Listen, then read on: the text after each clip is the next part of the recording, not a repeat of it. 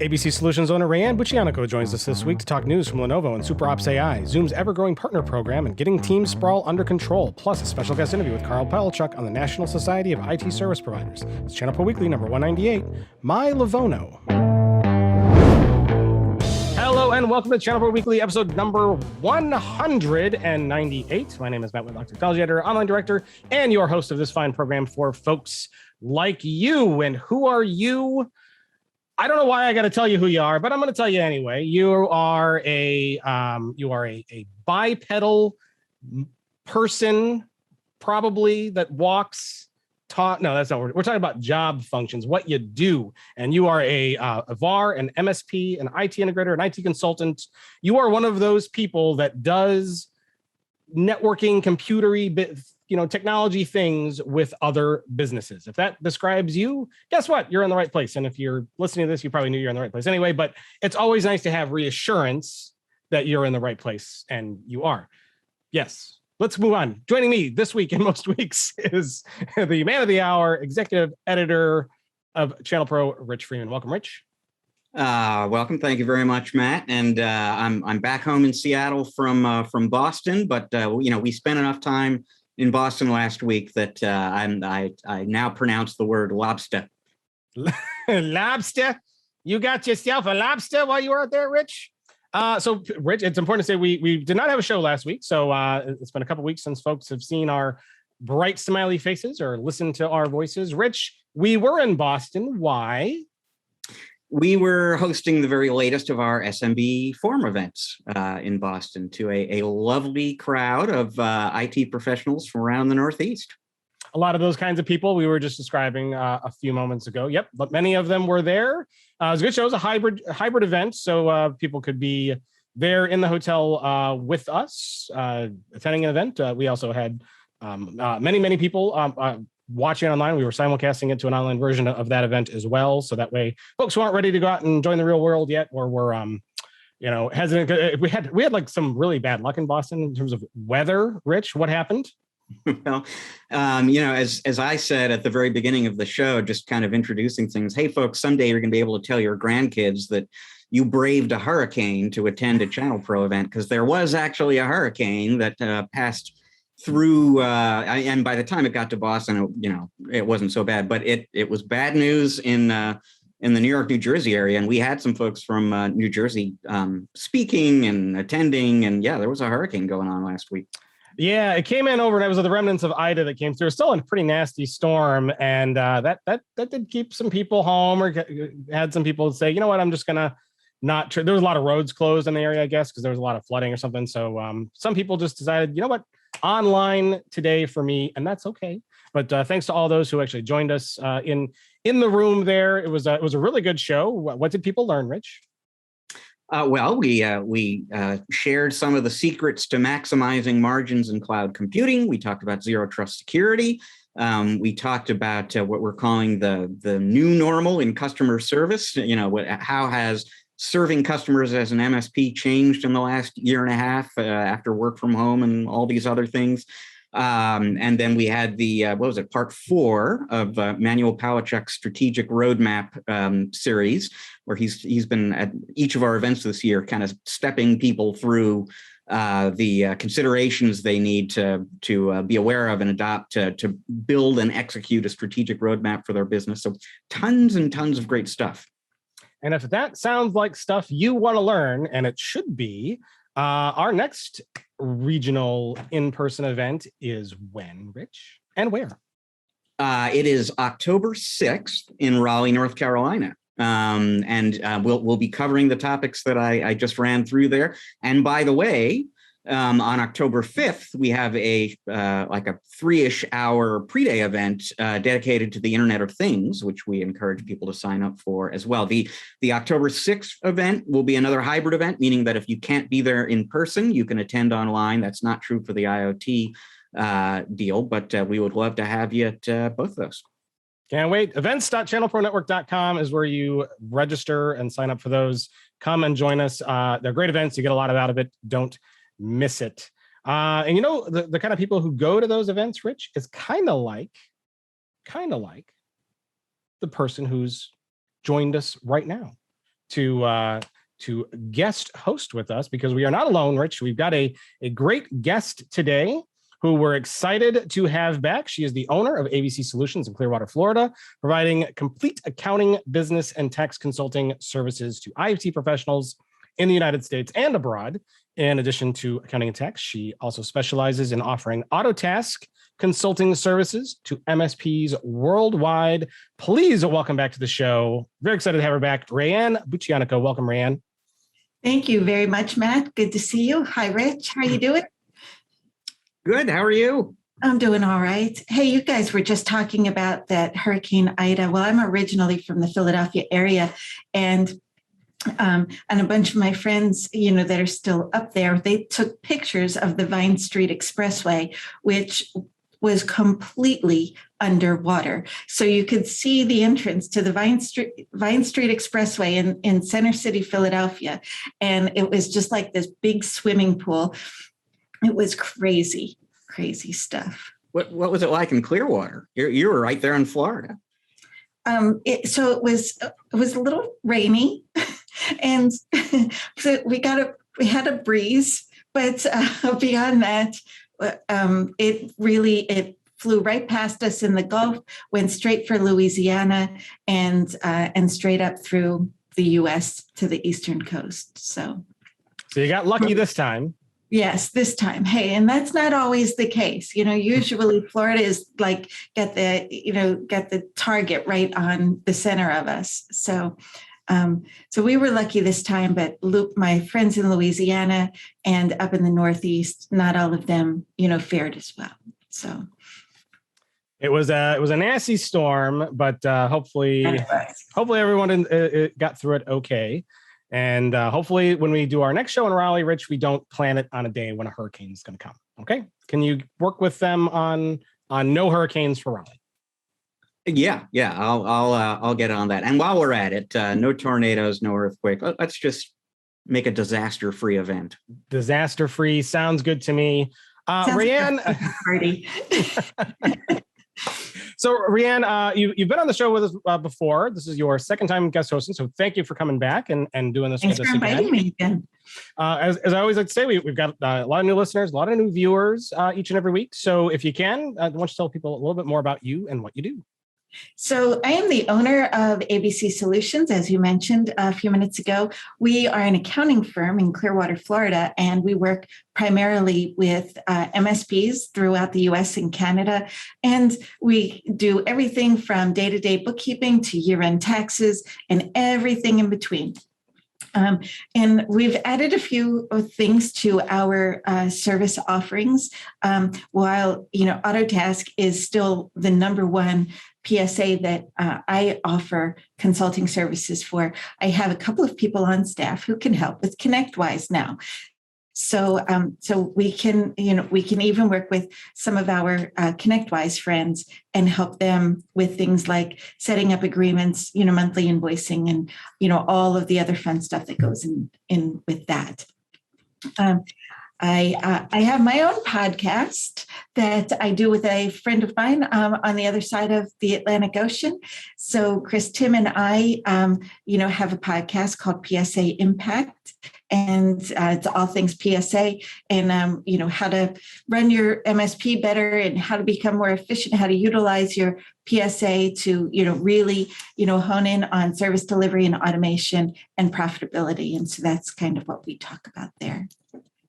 And then finally, very cool. I was going to say, you also have brought back something that you used to do, which is pretty cool. Why don't you tell folks about that? So Sell My MSP is in version 3.0. Amy Babinchak and I had started Sell My MSP back in 2015, and we have pivoted our services over the years. At first, it was let's get you ready for sale, and then we pivoted that to being more of a listing service, more hands off. We'll get the buyers, we'll get the sellers, and we'll match them together, kind of like MSP Harmony. But more recently, what we found was our collective strengths are helping through the entire M&A process, right? So whether you're a buyer and you want help how to merge or acquire another MSP, what things do you look for? How do you value the business? What sort of things do you ask for due diligence? We will walk you through the entire process. If you're a seller, if you're looking to sell, we'll help you, beef up your company, get more profitable, clean up your financials, clean up your service delivery, your SOPs, and all of that stuff. So it's more of a consulting type of business now. Is that we're holding your hand through the entire buy or sell process, and it's actually a lot more rewarding for both of us, I think. That's cool. The whole matchmaking part of it sounds kind of fun. I was thinking, like, if you ever decide to do a game show version of that. If you ever decided to do like a game show version of that, like, I think it could be a game show, kind of like the dating game, where you put the MSP on one side, you put a wall, and you have like 3 prospective buyers, and then you can have the MSP ask them questions like, if you were going to take me to a dinner somewhere and expense it, where would you take me? And I think that could be interesting. What do you think? Right. So MSP number 2, if you were a firewall, what kind of firewall would you be and how would you protect me? Rayanne, we're onto something here. We are onto something. Rich, we could do this we could pilot it at one of our shows. Well, it occurs to me, we thought about doing that once upon a time. Do you remember that there was this idea came up? Hey, what if we did a dating game kind of thing? Yeah, it could be fun. I like it. I'm going to write some notes down. We're going to do that. So Rayanne, you're in Clearwater. You do a lot of stuff. Explain the natural progression, because normally when you say, like, I'm a tax consultant or I'm an accountant, how did you kind of get into doing PSA work with MSPs? What kind of took you that direction?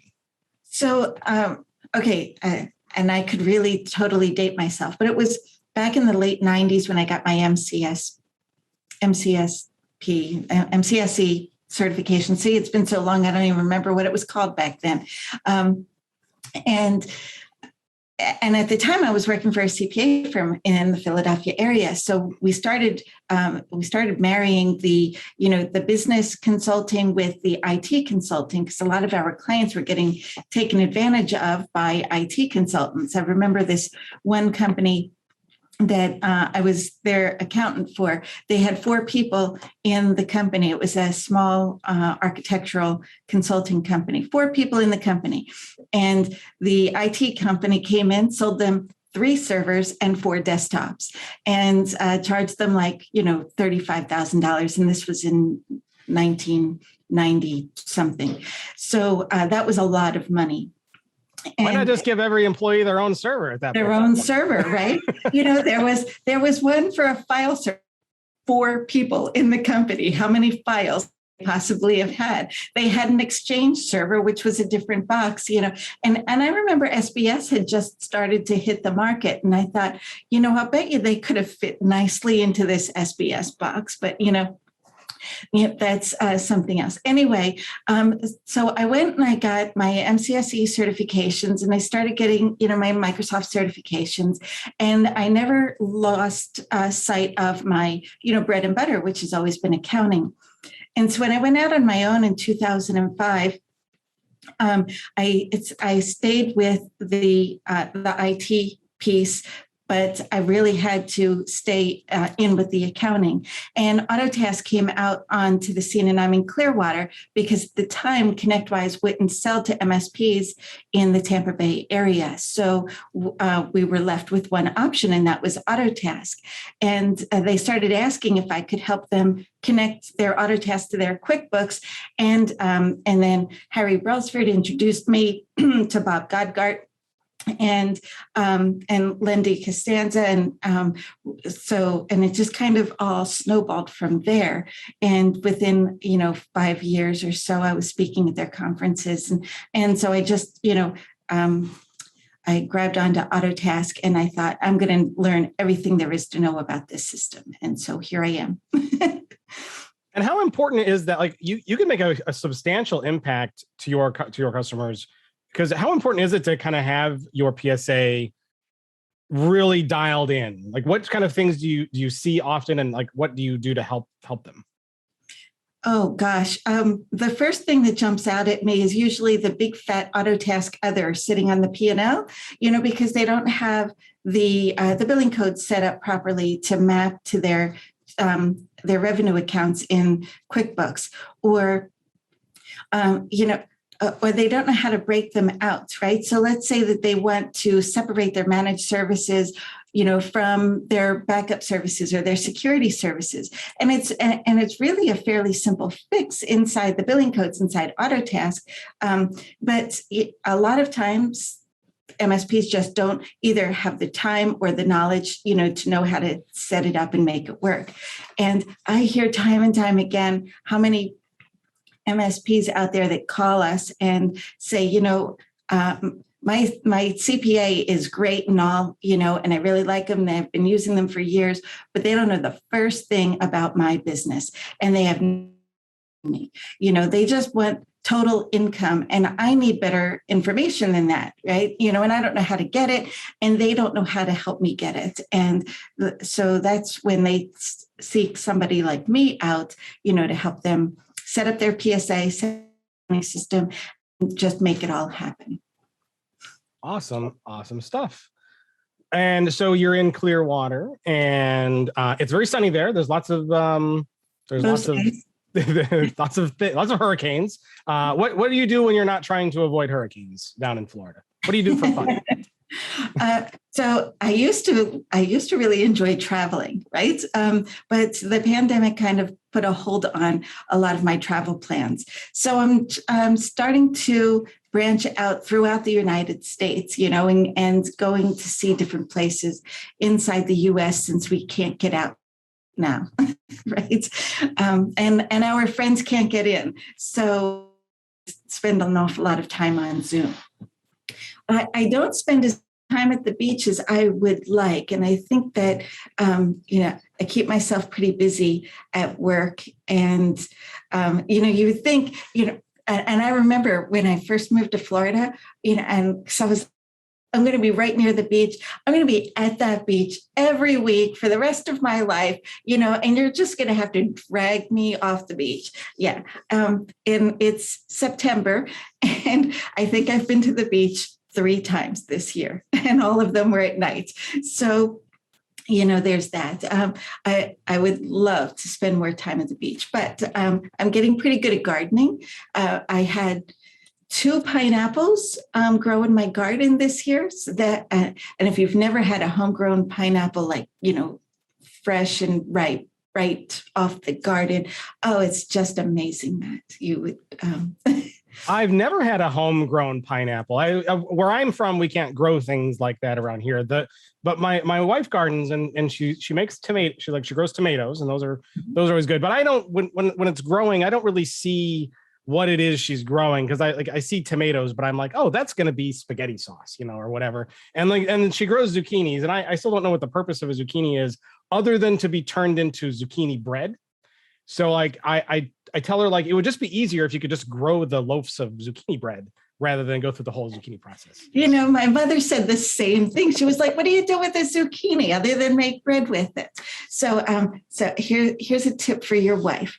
And you can Google this, and it's amazing. Google the term Zucchini Boat. And I've turned into a zucchini boat lover, right? And you can find all sorts of recipes, but so we're so predictable. Sometimes Tuesdays we have tacos, right? And so I very purposely have leftover taco meat, or chicken, or fish or whatever. I very purposely make extra so that Wednesday we can have zucchini boats. And so I'll just, scoop out the zucchinis and fill it up with, the leftover taco meat and, and some cheese and some onions and, tomatoes and throw it all into the oven for like 20 minutes and you have an amazing meal. So, okay. So I will Google this, but so you scoop out the zucchini and you just kind of use the shell as like a container? Yeah, so you scoop out the zucchini, right, into like a boat, right? So you slice the zucchini lengthwise in half, and you scoop it out, and now you've got like a little, canoe. It looks just like a canoe. So you cook the center part of the zucchini in with the beef, and fry it up and stick it back into the zucchini boat, throw some cheese on it, some onions, some, whatever, stick it in the oven for 20 minutes, and you're all set. That was the part I was missing, because I was thinking for a second, like, the purpose of the zucchini is to scoop it out and throw it away just so you can use it as a shell. Okay, I thought that was kind of funny, but okay, so you mix it in. That does sound good. I'm going to check this out. I'm going to check this out. I promise you will enjoy it, and it's so much better than zucchini bread.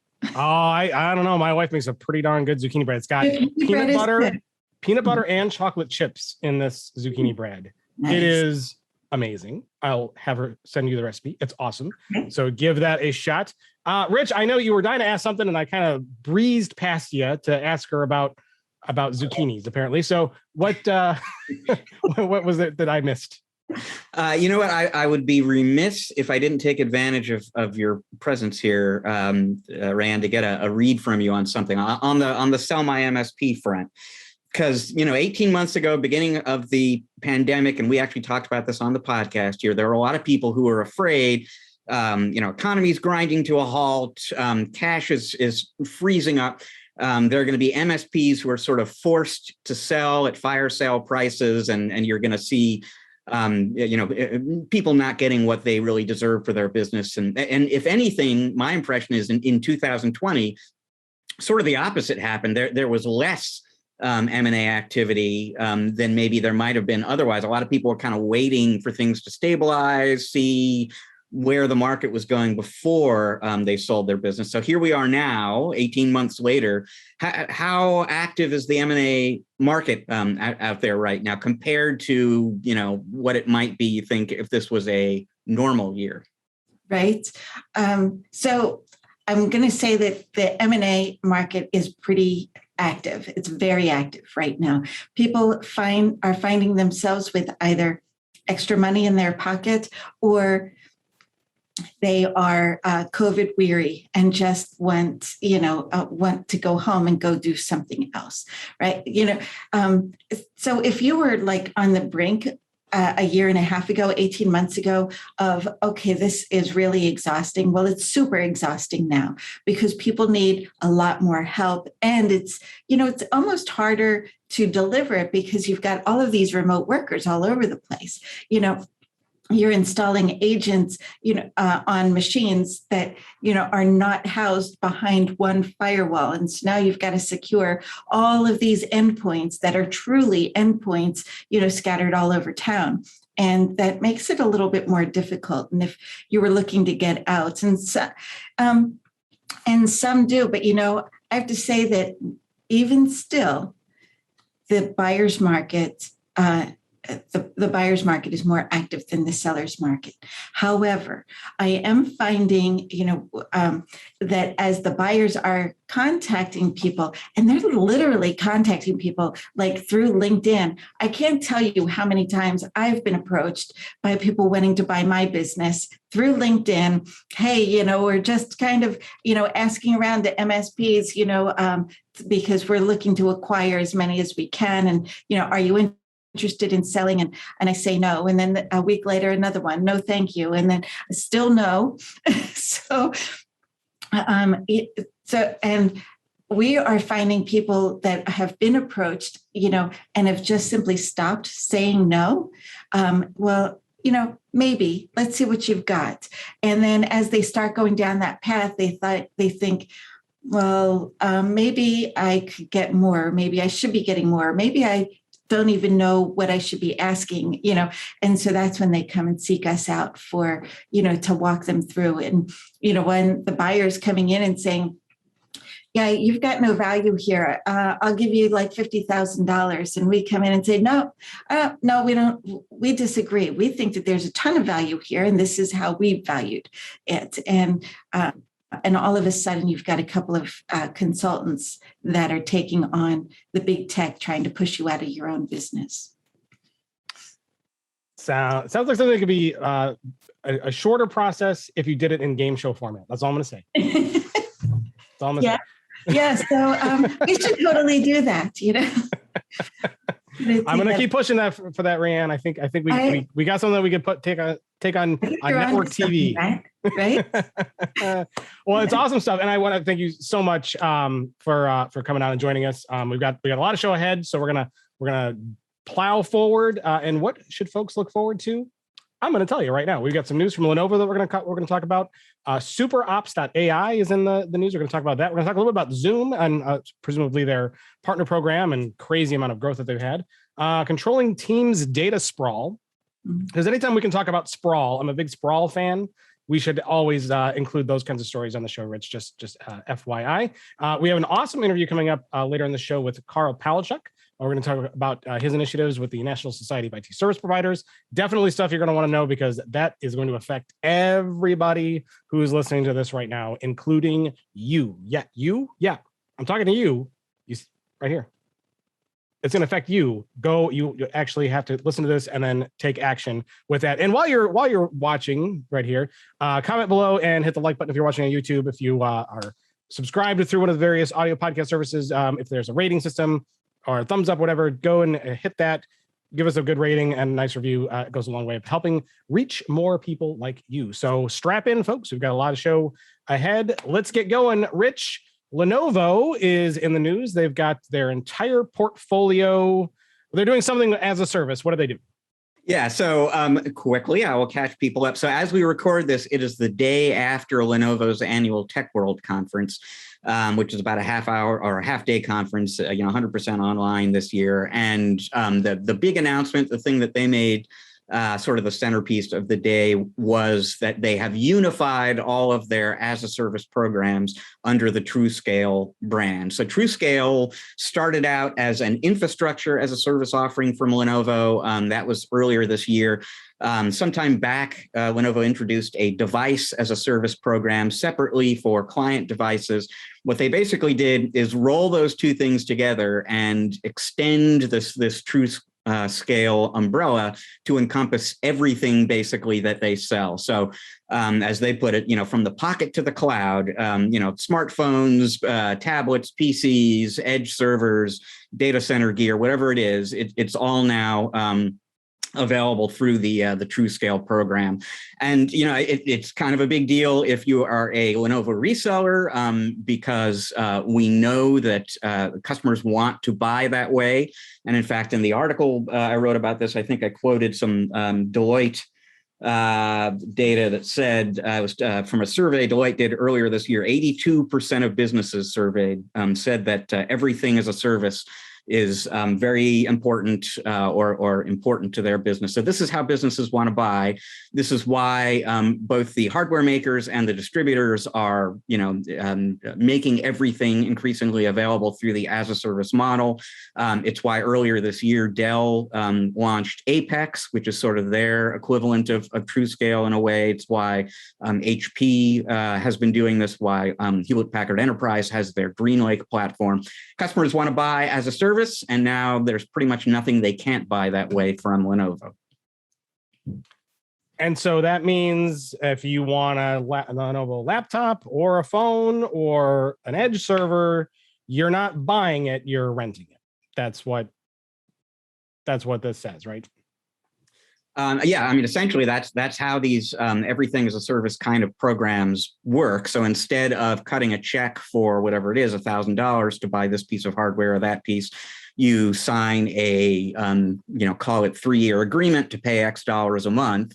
And then at the end of that agreement, if you renew, they give you a new. So if you were, purchasing your PC that way, 3 years come and go, and then you get a newer PC with better specs and so on, and you're pretty much paying the same thing. And if the ChannelPro is doing this through a distributor, they can bundle into that monthly price the Microsoft 365 subscription and the MSP's own monthly management. So you can offer the customer one number that they pay every month, and it includes their hardware and their software and the services, and it's all out of the operating budget and no capital outlays. It's very appealing to SMBs.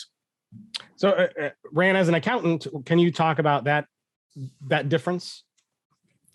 The difference of buying it outright or renting it, because if you're bundling it, and you need to be a little bit careful, especially, at the sales tax level.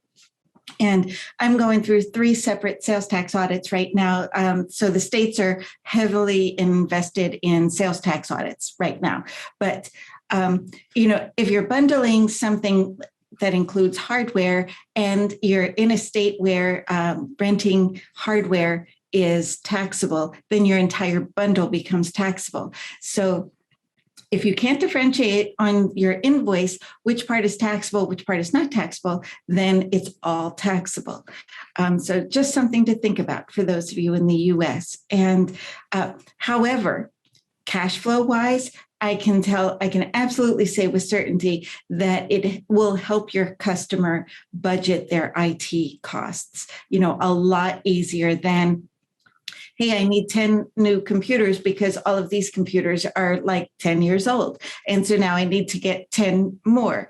And instead of staggering it like, well, let's buy one a month for the next 10 months or, something like that, you can get all 10 right away without, a major cash outlay. And that's really, really helpful to a lot of small businesses. I didn't know that about the sales tax thing. That's a really good piece of advice, because if you're an MSP and you're bundling hardware and software together it's as a service, all becomes taxable. So that's why you'll find a lot of MSPs out there separating the hardware from the other services, just so that they don't have to charge sales tax on the non-taxable services. Very, very good advice that people need to think about. Rich, anything else here in this TrueScale story that is of interest to those? Well, not in the TrueScale story, but there is a little more news out of the Tech World event here. Now, let's just say you never want to see the blue screen of death again. You want to upgrade to the black screen of death. You're going to be looking for Windows 11, which ships on October 5th, I believe. And Lenovo, while they had our attention, unveiled some new Windows 11 ready laptops. The 14-inch Yoga Slim 7 Carbon. 14-inch device, 2.37 pounds. And according to Lenovo, it is the lightest 14-inch with an OLED display. The Yoga Slim 7 Pro, that's a 16-inch. This is kind of interesting. So 16-inch versus 14 inches, and it weighs almost precisely twice what the 14-inch device weighs, but it's sort of optimized for creators. So there might be some other specs in there that contribute to the weight a little bit. And then there is a 13.3-inch detachable Chromebook offering up to 15 hours of battery life.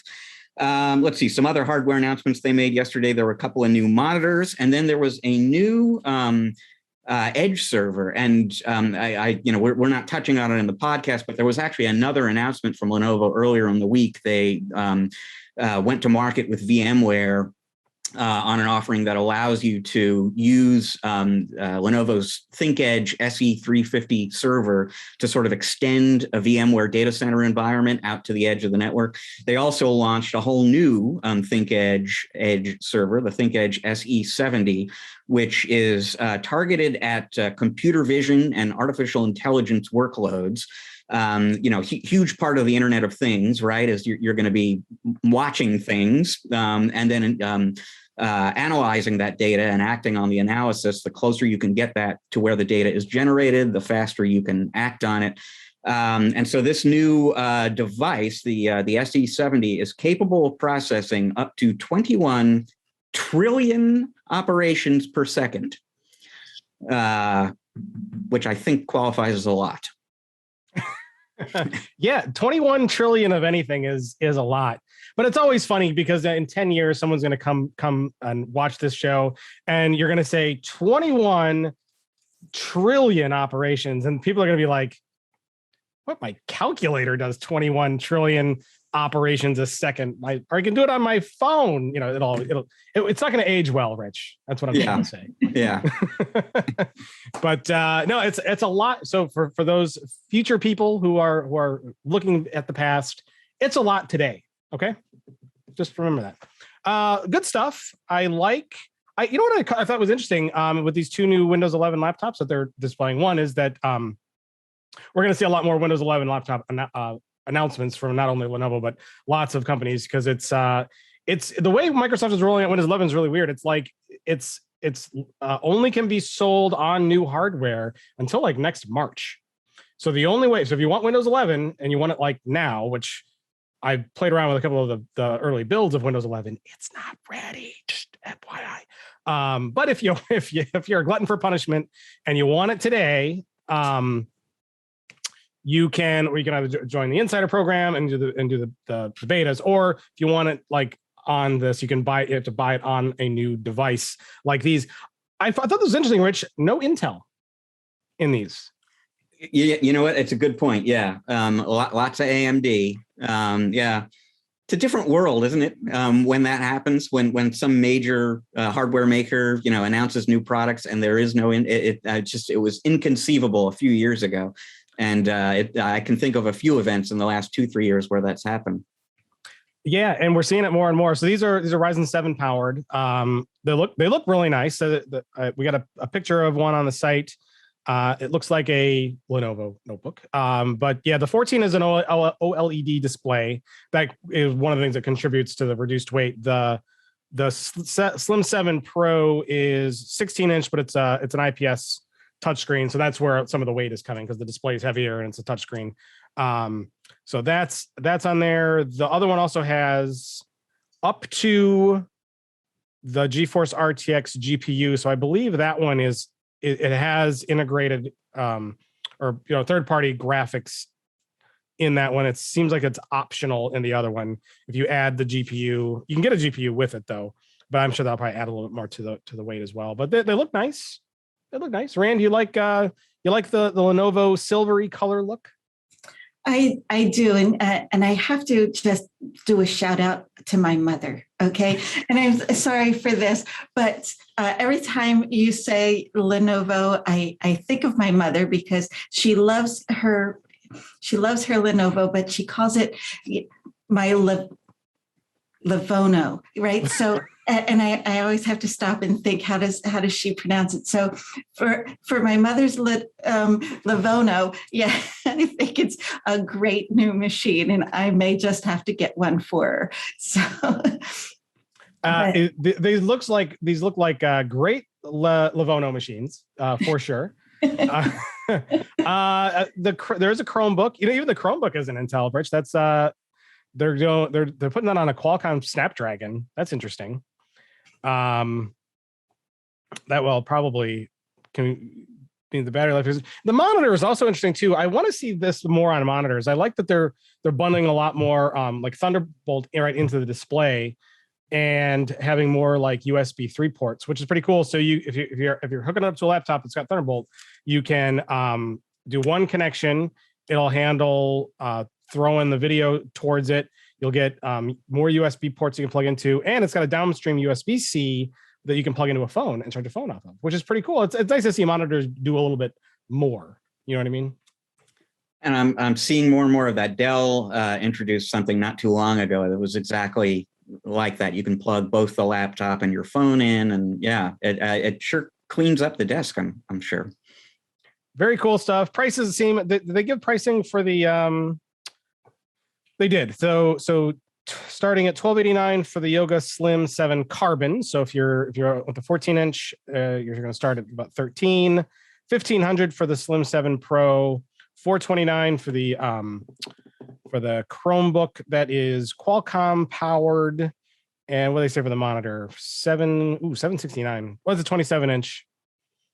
Oh, but it's also, yeah, that's probably a pretty nice monitor too. So cool. Yeah, good stuff from Lenovo. We'll put a link to this story and all the other stories we're going to talk about in the show notes page for episode 198, channelpronetwork.com. Go and find that and read along, because we're just kind of touching on some of the high level points of the stories. And, we're not diving super deep. So if you want to get all the details, go there and read along as we go through them. If you're watching on YouTube, hello, make sure you hit the like button there and comment below. But also open up the description area, and we put the links to all of these stories that we're talking about right in there, so you can follow along as we go through the show. So lots of good stuff from Lenovo, but they're not the only one in the news, Rich. SuperOps.ai is in the news. What are they doing?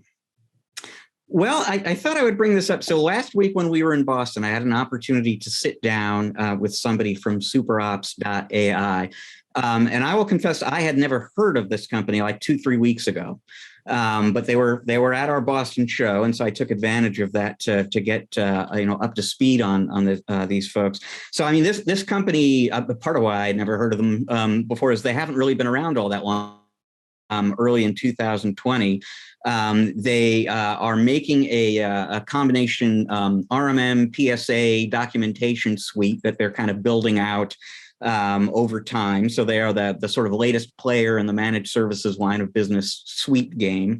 They wrote this system like during the pandemic. It's only been on the market for about a year at this point. The calling card is because the product is so new, they were really able to include or build it around all of the latest state-of-the-art sort of design principles. It's very cloud first, mobile first, latest security kinds of protections. And the .ai and the name sort of motions towards something that they're saying will be a bigger and bigger piece of this down the road. Right now, they're working on some intelligent alerting functionality that's going to read alerts as they come in and try to help a technician separate the ones that really matter from the ones that don't. But longer term, they want more and more of that kind of artificial intelligence assistance to make technicians and MSPs more productive built into the product. But like pretty much everything these guys are doing right now, they're kind of taking it slow, collecting a lot of input from their early adopters and making sure that they focus their attention on the features and the capabilities that their users most want. So part of why I brought this up, so I mean, they see two especially promising markets for themselves right now. And one is what they're calling modern MSPs. If you are a younger managed services company, sort of a newcomer to the industry, you're picking your first tool, you're probably going to want something that is latest generation in terms of design principles and cloud and mobile and all that. And then the other market that they're kind of looking at is people who are using products from companies like ConnectWise and Datto and Kaseya, et cetera, who feel like maybe they're paying for more than they're actually getting. They're using 20% of the functionality, but they're paying 100% of the price, if you will, and they might be happier with something that's a little bit lighter weight. But part of why I brought this up is because Rayanne is here with us, and one of the things I always think about, Rayanne, when a newcomer enters the RMM PSA market like this is, when should an MSP consider switching platforms, basically? I mean, to some degree, there's still plenty of companies getting into managed services, and SuperOps can very much go after those companies. That's blue ocean. But I mean, how good does a platform have to be, basically, for it to make sense for an MSP to switch from what they're using to something else?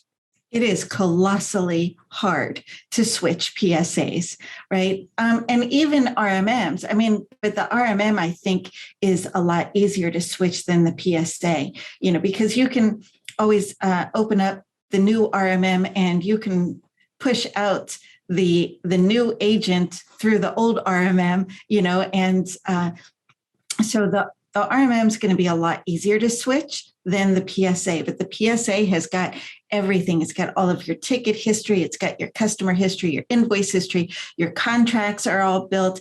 And those things don't transfer from one PSA to another easily. So you have to really hate your PSA in order to, switch 5 years into it.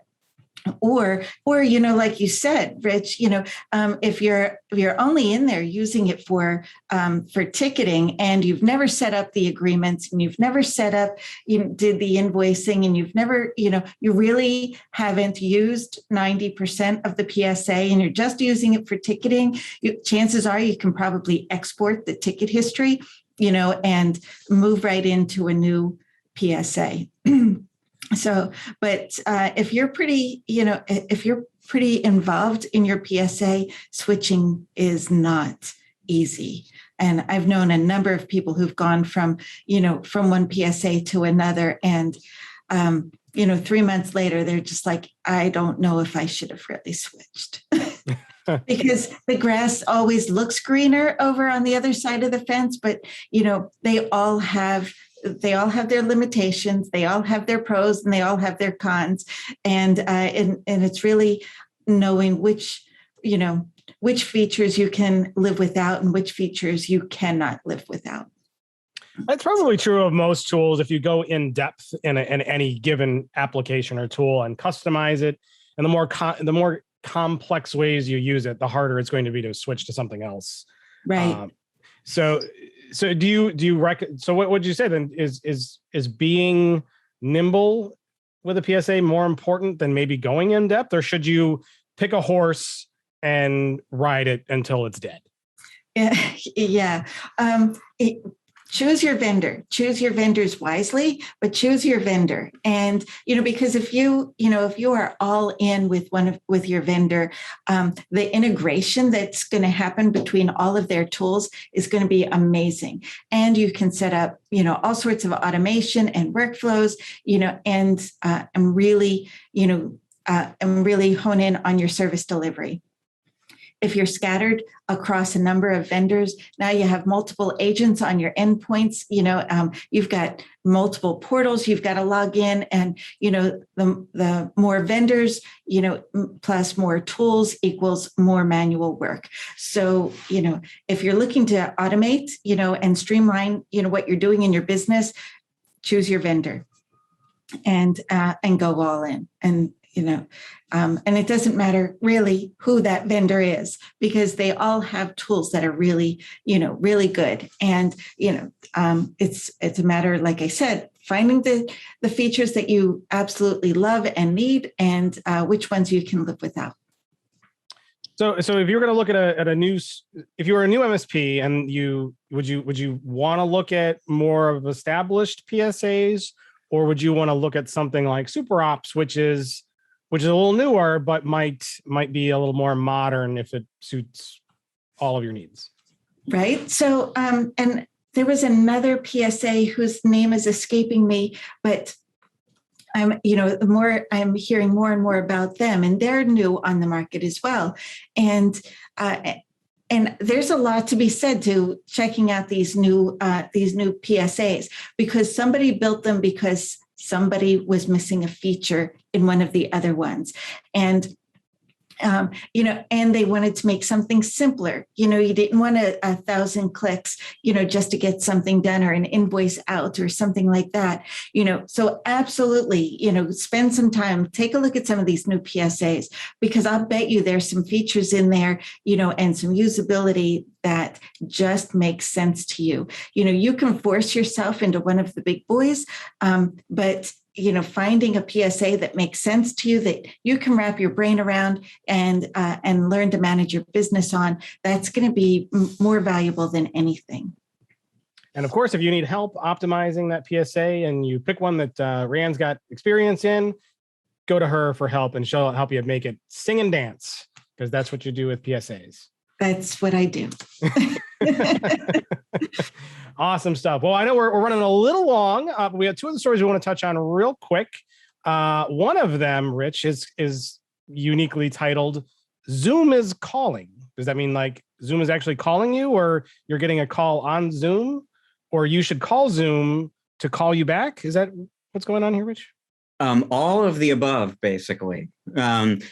So yeah. I mean, two stories we're going to touch on quickly here. One of which involves Zoom, and the other involves Teams. Right, the two big products of the last 18 months or so. And the Zoom story is really about their partner program. And I mean, what are some of the key things about the partner program at Zoom? They have, dedicated partner account managers. They have a partner success team. They do lead generation campaigns. They've got a portal. They've got marketing materials. You've heard about all this before, right? I mean, none of this sounds radical or new. Here's what's interesting about it. None of it existed 18 months ago. Zoom pretty much did business directly, and that's just what they did. They didn't really, I mean, there was some nucleus of a partner program. They did some stuff with partners, but for the most part, they really didn't have a partner program going into the pandemic. And, starting from nowhere in the last year and a half, they have created a pretty robust partner program. And I should say I don't know when, they haven't told me when yet, but at some point soon, they're going to kind of shift there or introduce like the 2.0 version of that program. Right now, it's all one tier, one level. So there's really kind of no way of getting differentiated benefits by investing more heavily in your partnership with Zoom and so on. But that sounds like it's coming. They haven't told me for sure, but they were kind of wink, wink, indicating that this new program will have levels in it. And so, I mean, you can be a referral partner with Zoom today. Very easy to just sort of hand leads along to them. You get a one-time payout for every approved lead that you submit. If that customer, that lead becomes a customer and the customer renews, you get a second payment as long as that renewal happens within 12 months. So that's one way to partner with them. They also have reseller partners who get a minimum 15% volume-based discount on Zoom licensing and an extra 10% on registered deals. So, I mean, the bottom line here is, everybody listening here right now is aware of the opportunity to partner with Microsoft and probably doing that. And that's part of maybe why, you may or may not be a Teams first kind of partner, but don't discount Zoom. Zoom actually is a channel player now as well. And it's at least worth investigating, especially if you have customers who just love Zoom and want nothing to do with Teams. It's at least worth investigating the opportunity to partner with Zoom. Yeah, very interesting. If we were going to compile a list of companies that COVID was very good for, and COVID was very good for a lot of tech companies. Let's not kid ourselves. I would argue that Zoom benefited the most. What do you think, Rich? Well, here's a data point for you, and then you and folks in the audience can judge. In 2020, Zoom sales, the Zoom revenue was up 326%. That's almost in the realm of 21 trillion operating. I was just going to say, that's a lot of percents. Yeah, that's a lot. that is a lot. Rayanne, what do you think? Zoom probably made out better than in terms of growth trajectory. I think Zoom is definitely up there, although Netflix might be a good contender against that one. So, but Netflix is already a big deal before COVID. But yeah, it was good for them. I do agree. Right, but yeah, no, I think the pandemic totally put Zoom on the map. You just zoomed right in on them. So. Yeah, it's when I knew it was going to be good for them is because I was downstairs and my kid is talking to one of their friends because they couldn't see their friends when we were all locked down, and they were using Zoom to do that, which I was like, what a pain in the that is, pardon my French, to set up a meet. They were trying to figure out how to set up a meeting so that way and it's like, why are you using this tool? But everybody gravitated to Zoom, and of course Teams did really, really well. Microsoft made out quite well during the COVID as well. But it was very interesting that Zoom has grown and that they've dramatically created and scaled this partner program of theirs. And the terms are pretty decent even currently, right, Rich? The terms? Yeah, what's the return on that you get as a partner?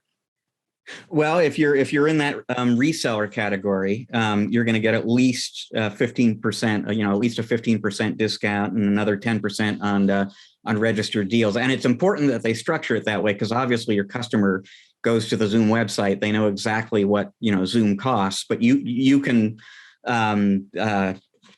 still make money basically reselling those licenses because you're getting them at a discount. Very cool. And you said there's going to be a tiered partner program. Wink, wink, wink. That's what they're alluding to. What do you think their tiers are going to be? You think they're going to go precious metals, gold, silver, bronze? You think they're going to go like? I think those metals have just been done to death. Colors, maybe black, B colors, black, brown, blue. Rayanne, if you were gonna advise Zoom of what their tiers should be, what would you tell them to do? I think maybe I would go planets, like Jupiter, Saturn, Mars, Earth, something. I don't know. I was just, reaching for the stars, I suppose. But yeah, I really want to try to move away from the precious metals, of course, you always, can have the Chevys and the Buicks and the Cadillacs, right? The different tiers of cars. And I don't know. What do you think? What do you guys think that you could do for how else?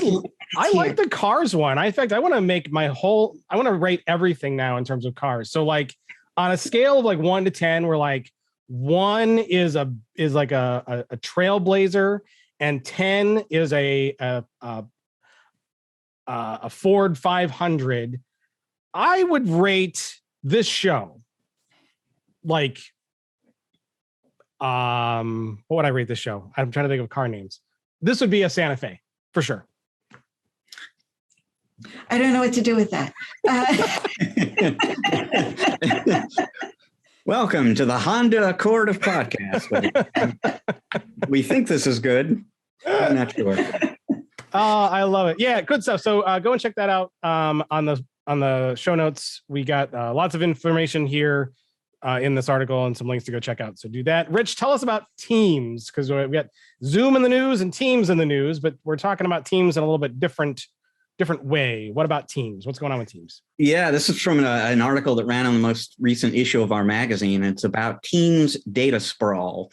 So as you said, Teams had a huge 2020, just tens of millions of people becoming Teams users. And most of that activity happened very suddenly. There was very little training, and so all of a sudden you've got lots of users with Teams accounts, setting up lots of teams and sharing data.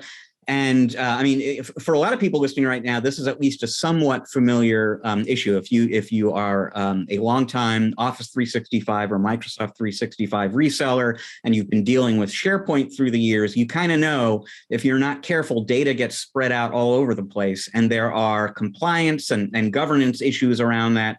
Somebody leaves the company, what do you do with their data? What has to get retained, and how do you secure all that stuff if you don't know where it is? This has become a big issue around Teams as well in the last year and a half, because of how many people are using it right now. And I just sort of hinted at some of the things that the folks quote in this article recommend, which is, training, introduce people at the company to the whole issue of data sprawl and make sure they understand why that is dangerous. Maybe put some guidelines into place to limit the number of teams that get created so that you're not sprawling quite as widely. So we'll link to the story. We'll let people read it for themselves. But I think this is a timely warning to channel pros out there that if you're not paying attention to the fact that there's a whole lot of data passing through Teams and winding up in places that you may or may not even be aware of, that there are some security and compliance implications to that, which can come back to bite you or your client down the road. Yes. Brian, any comment on that?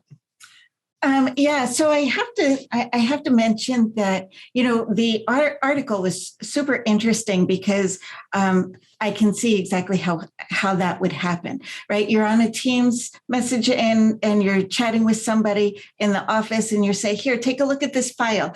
And so you attach the file. And where does that file live? And where does it go after that file has been handed off, and do that, times that by 50 employees times, 52 weeks a year. And, if everybody's doing it once or twice a week, where is all of these files going, and is it getting back to the SharePoint folder?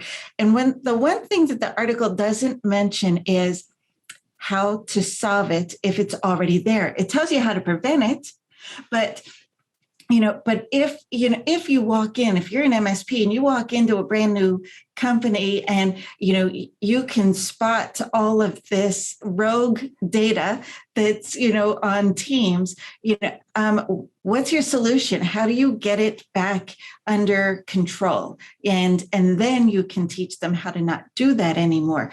Of course, you can turn off file sharing at the Teams level and just force everybody to use links to the SharePoint folder or whatever. But I could see how it would totally be a problem for bigger companies. Yeah, Teams is one of those applications that it can scale into a three-headed monster very, very quickly.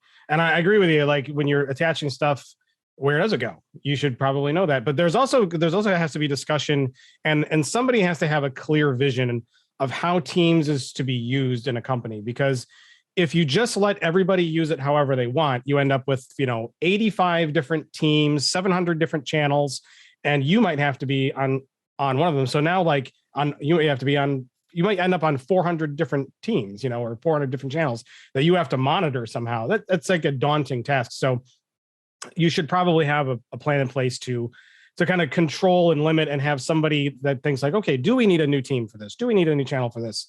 And not necessarily give users complete control to do whatever they want in Teams, because it gets out of hand. Thoughts? And I mean, that's exactly what some of the folks in the article say, is you should have a governance policy. You should have a plan around things like team creation. But, back to Rayanne's point, you're absolutely right, Rayanne. There's nothing in here about how to clean up the mess if it already exists. And I don't know the answer to that personally either. Right. Because I'm sure that there's plenty of messes out there in the wild already. And I think that, maybe MSPs are missing a revenue opportunity, by offering the cleanup project, and putting something in place to prevent it from happening, and then, organizing or grabbing the data and securing that data and getting it out of Teams and back to its, rightful home, wherever that rightful home is. It is a good opportunity, folks. You should think about that. It seems like it might be a lot of work. Oh, it sounds like a lot of work. Yeah, I don't want the job, but somebody might.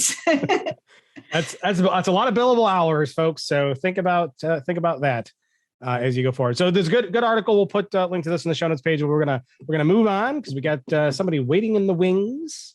We're gonna take a short break. When we come back, we're going to be on with Karl Palachuk. He's going to talk to us a little bit about the National Society of IT Service Providers. And we got a lot of interesting stuff to talk about there. You won't want to miss it. We will be right back.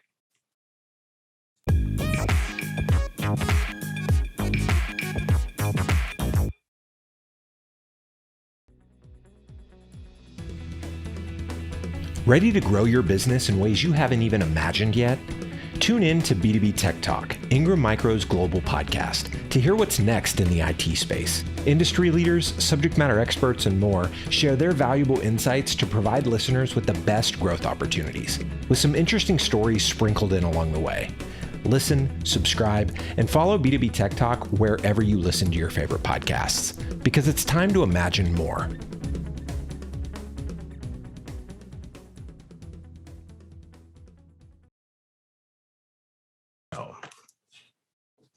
As we speak, government regulations are being written that will define what MSPs are, what they're supposed to do, and how they're supposed to do it. And it will be law. Like it or not, there's no way to avoid it, but making sure lawmakers get it right is crucial. Karl Palachuk is a technology consultant, author, speaker, trainer, and coach. He's the author of 15 books. He's built several successful businesses, including 2 managed service companies. And today he's creating a membership association for ChannelPros called the National Society of IT Service Providers, looking to give members a voice as states begin drafting these laws. Here to talk more about that is the man himself and longtime friend of the ChannelPro Network, Mr. Karl Palachuk. Welcome, Karl. Well, thank you for having me. Just one quick note. I have more than 20 books, so you need to. I need to update my little note, but I wasn't wrong. It wasn't wrong. You have author of, I should have said more than 15 books. Exactly. Yes. Yes. So you are a very prolific author, Mr. Karl. Well, I got bored in 2020. You know, they declared a pandemic, shut me in my house. So I produced 3 books in 2020. So, you know, you got to stay busy, you know. I'm a little behind. I've read several of your books. I think I've read all 20. I didn't even know you came out with 3 more last year. So one was just a quick start guide to starting your first business. It's not really IT focused, but it's for literally first time entrepreneurs. And so it's just a small biz quick start checklist.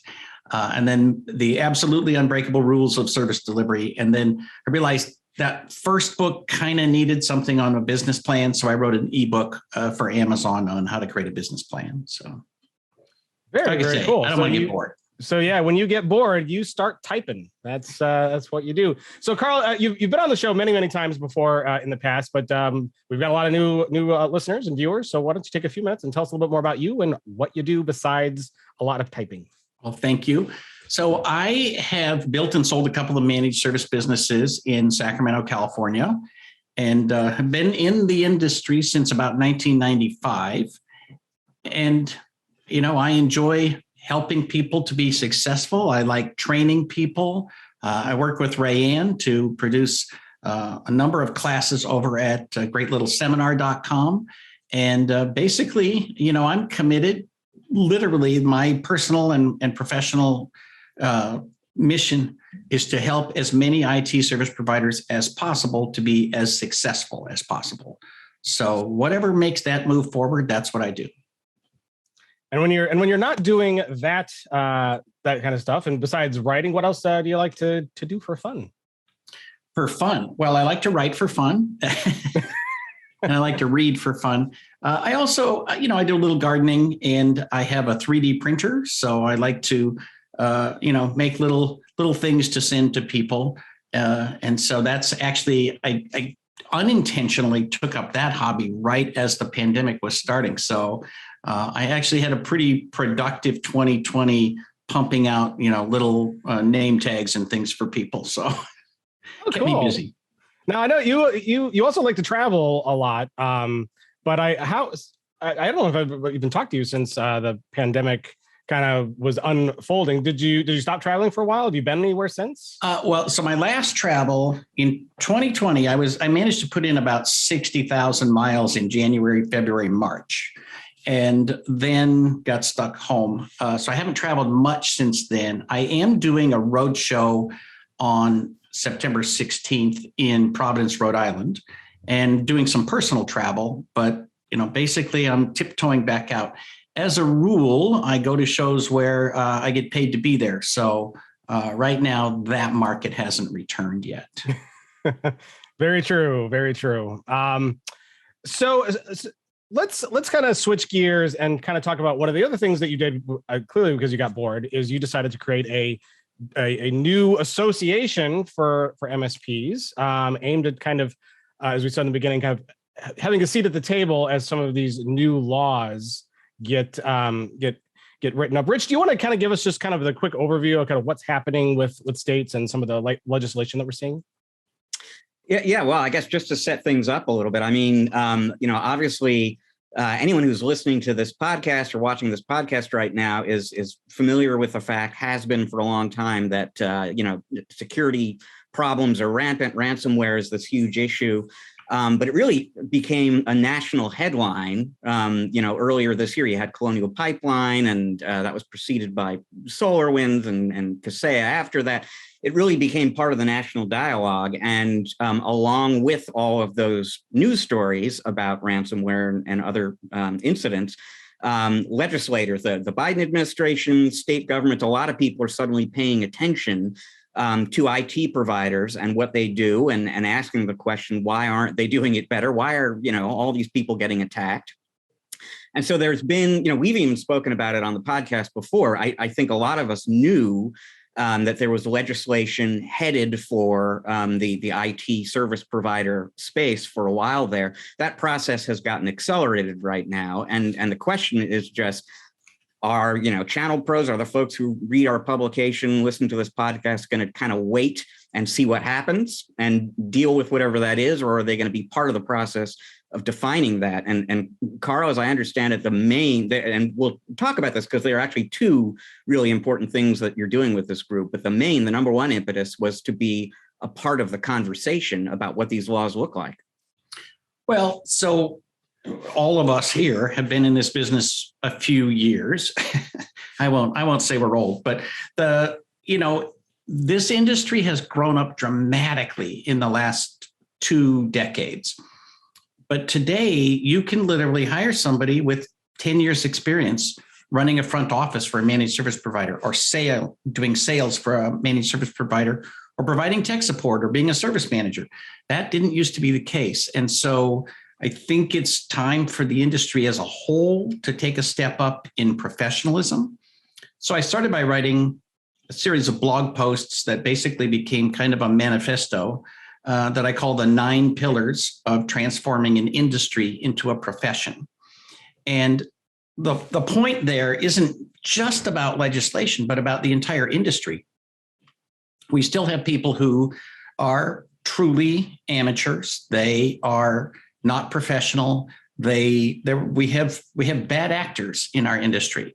Technology is so important that everybody has to have an IT service provider.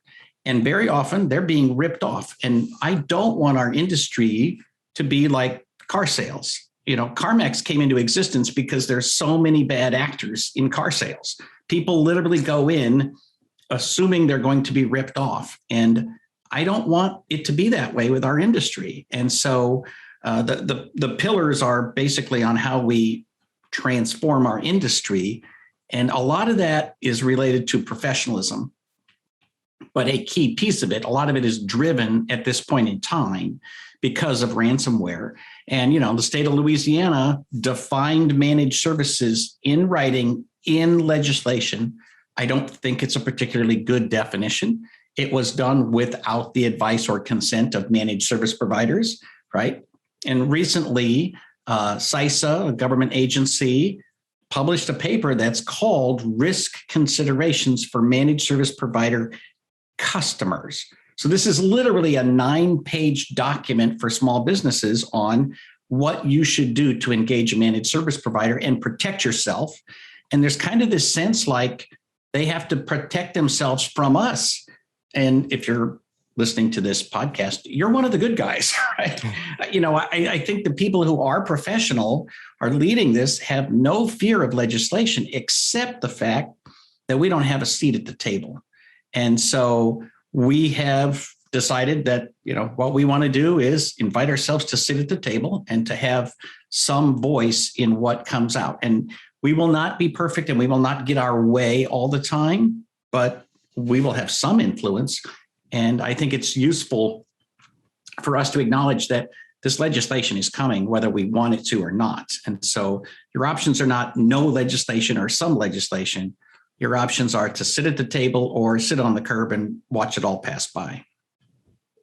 So just to be clear, the organization we're talking about, which you and some other folks, including Rayanne, set up just a few months ago. I mean, this is a very young initiative that you folks have going. It's the National Society of IT Service Providers. What's the URL? Where can people find that?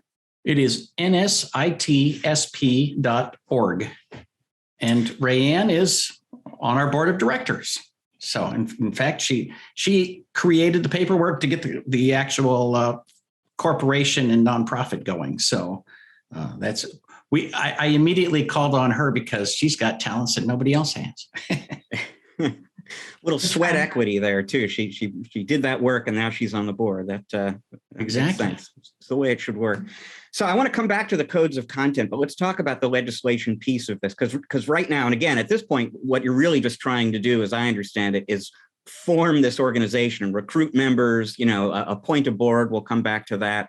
But you already have two pretty, substantive things on that website, one of which is the proposed codes of conduct, and the other of which is a sort of draft piece of legislation. So, tell folks a little bit about why you created that and what function you hope that will perform down the road. Well, part of the, thinking about it from the big picture, when you think about like cybersecurity, some people think, oh, this is so depressing. It's such a big problem. It's something we really can't do anything about. And, they have this vision that we are literally victims. And I looked at it and said, well, let's not think about it in those terms. Let's think about what can we do and who can we partner with? Because, we may not be able to do it by ourselves. And it occurred to me that, there's different ways to look at it. For example, I publish occasionally pictures of my credit cards on Facebook, and people give me a bad time for that. But the reason I do it is you can't steal my credit. I have locked down my credit. I have secured my systems, and there's nothing you can do with that credit card information. And so the point is, you can prevent the problem or you can deal with the aftermath, right? There's two ways to deal with it. So we're looking at legislation that says we want to make sure that people are offered good disaster recovery systems that are legitimate for their business.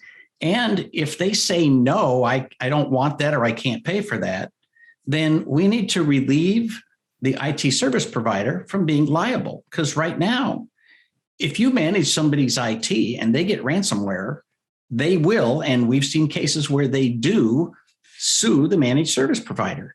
And if they're not taking your advice, you are still just as liable.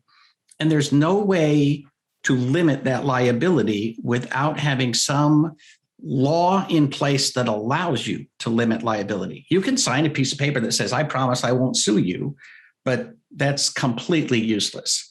Your insurance company will sue my insurance company in a minute because they didn't sign that piece of paper and they don't care.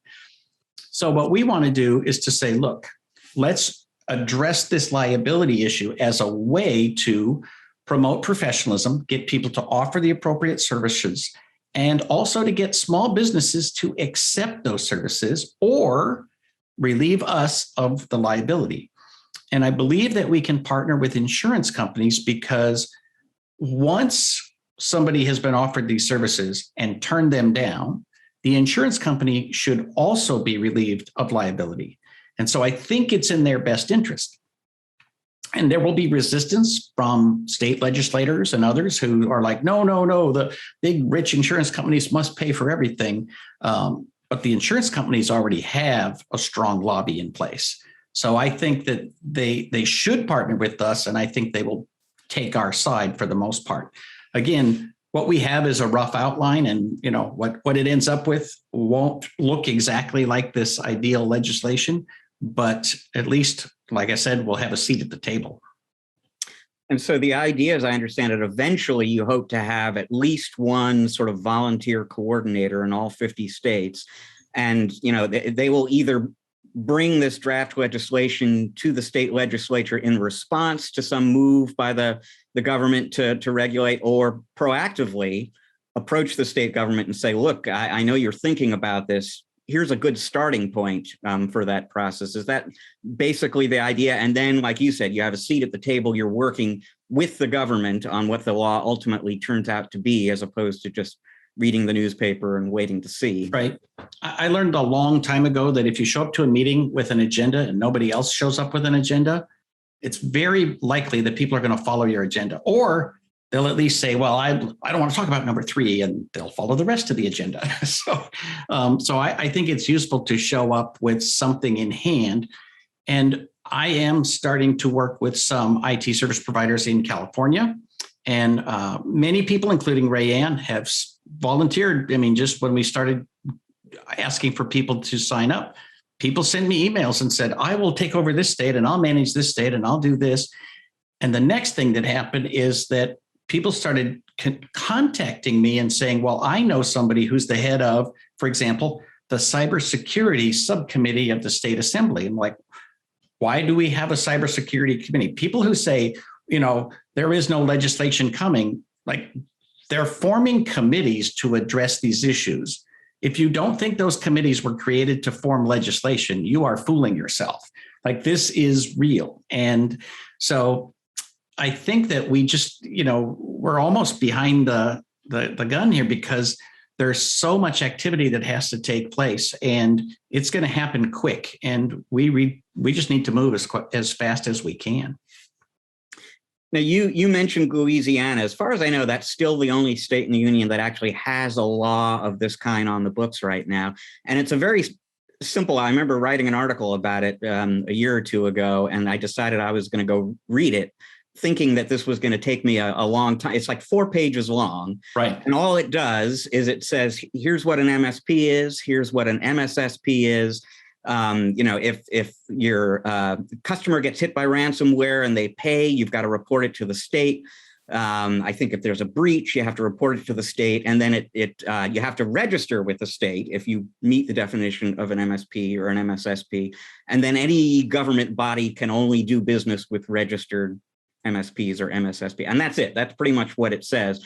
And so in terms of your law, it pretty much includes those same kinds of provisions, right? It defines who is an MSP. There is a registration requirement, a reporting requirement, and then, like you said, the liability issue, which is an important one. Is there anything else in that draft law? Well, a huge big difference is Louisiana. In some cases, I would say we're almost lucky that law is so narrow. It only affects state agencies and cities and counties in the state of Louisiana. So it doesn't cover small business.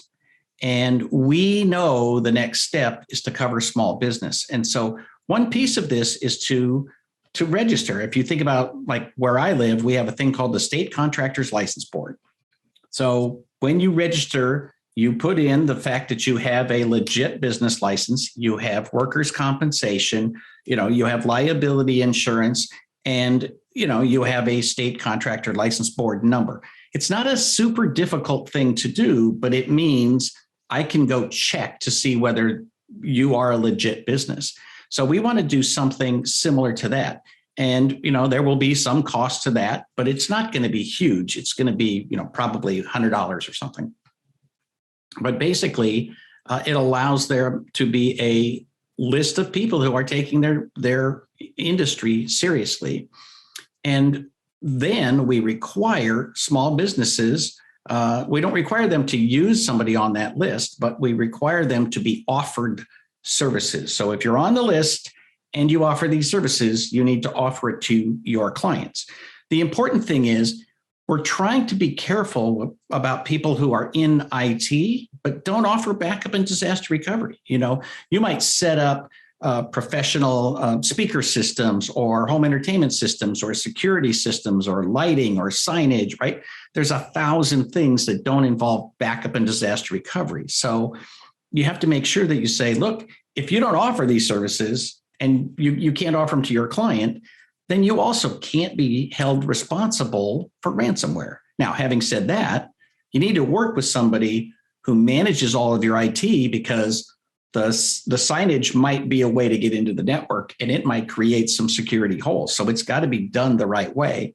But that doesn't mean those people are offering backup and disaster recovery. So it does get a little bit gummy, but this is the industry we're in. And so we're trying to start somewhere with what we have. And I think Louisiana, like I say, it's very limited in scope, but the very next step is to say, take that and use it somewhere else.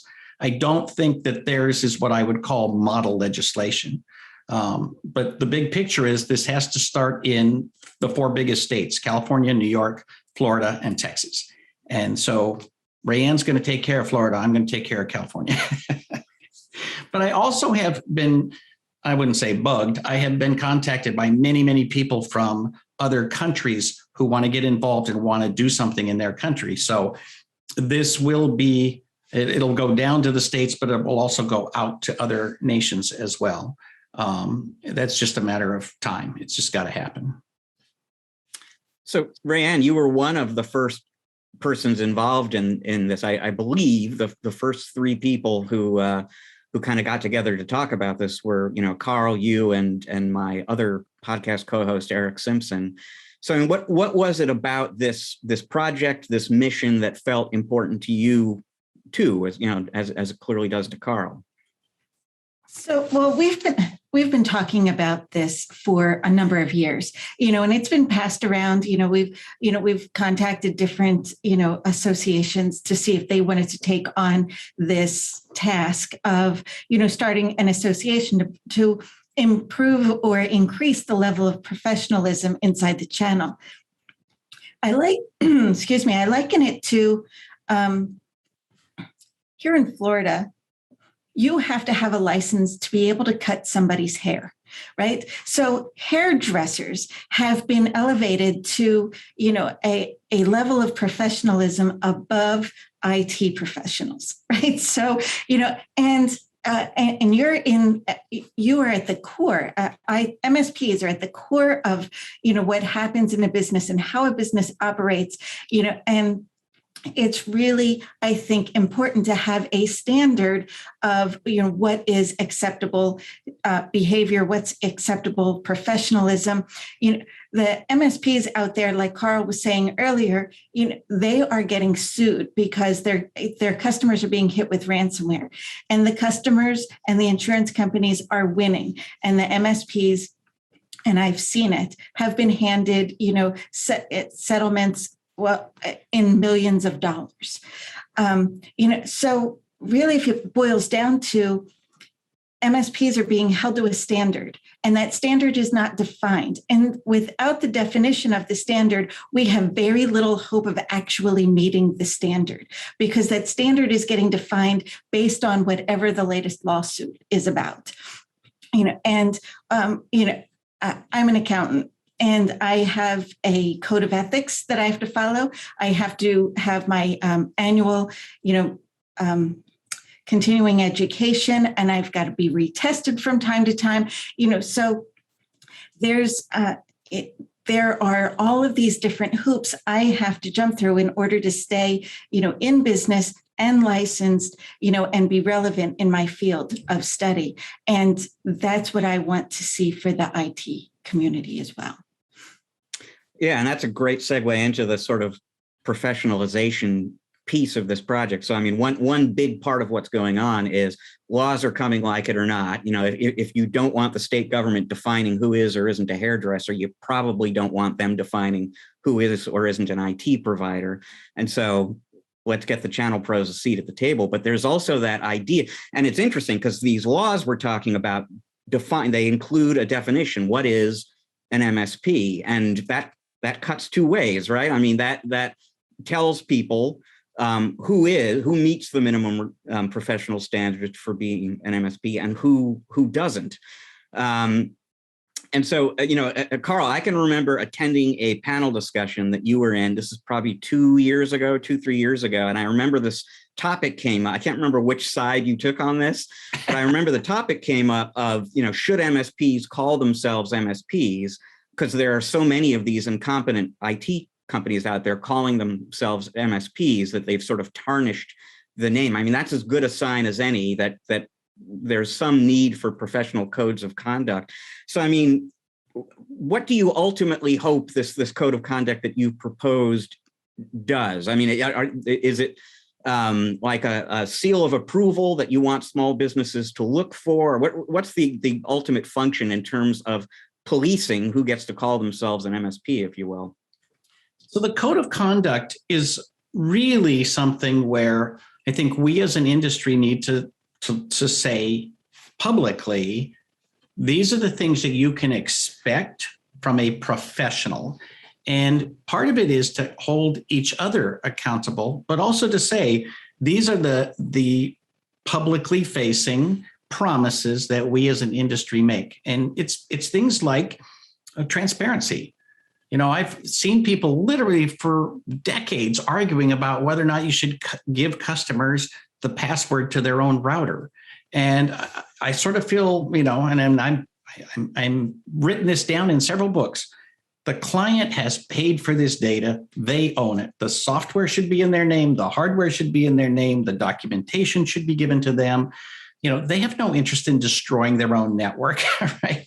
But also, if you take a client away from me, I should give you that documentation, or I should at least give it to the client. And if the client chooses to give it to you, they can. One of the bad things that people do, in my opinion, is to try to keep clients by keeping all this stuff secret to themselves. When in fact, that's never stopped a client from leaving. It's just made it more painful for the customer, because then they have to, pay the new IT service provider to go find out what's the password to the router, or, nuke it back to factory specs and rebuild it from the ground up. Time and time again, we have bad actors, and we just need to be able to say, look, there's a right way that you do business, and here are some guidelines. And, the draft code of conduct that we put on the site is pretty generic in terms of, we should be good people and we should be honest. And right, there's nothing in there that's specific necessarily to anybody's religious or ethical view of the world. It's just, this is how an industry behaves. And so I think we should hold each other accountable, and we should literally put this on our website and say, we stand by this code of conduct. And, basically what I encourage people is some version of this. You can change it here and there, you can add stuff. But basically, we as an industry need to step up. And that's one way that we can make that happen. And so the idea in terms of how this code would protect the legit MSPs from the bad ones is that, we can essentially train SMBs to expect certain things from an IT provider and kind of ask the right questions, look for it. Right.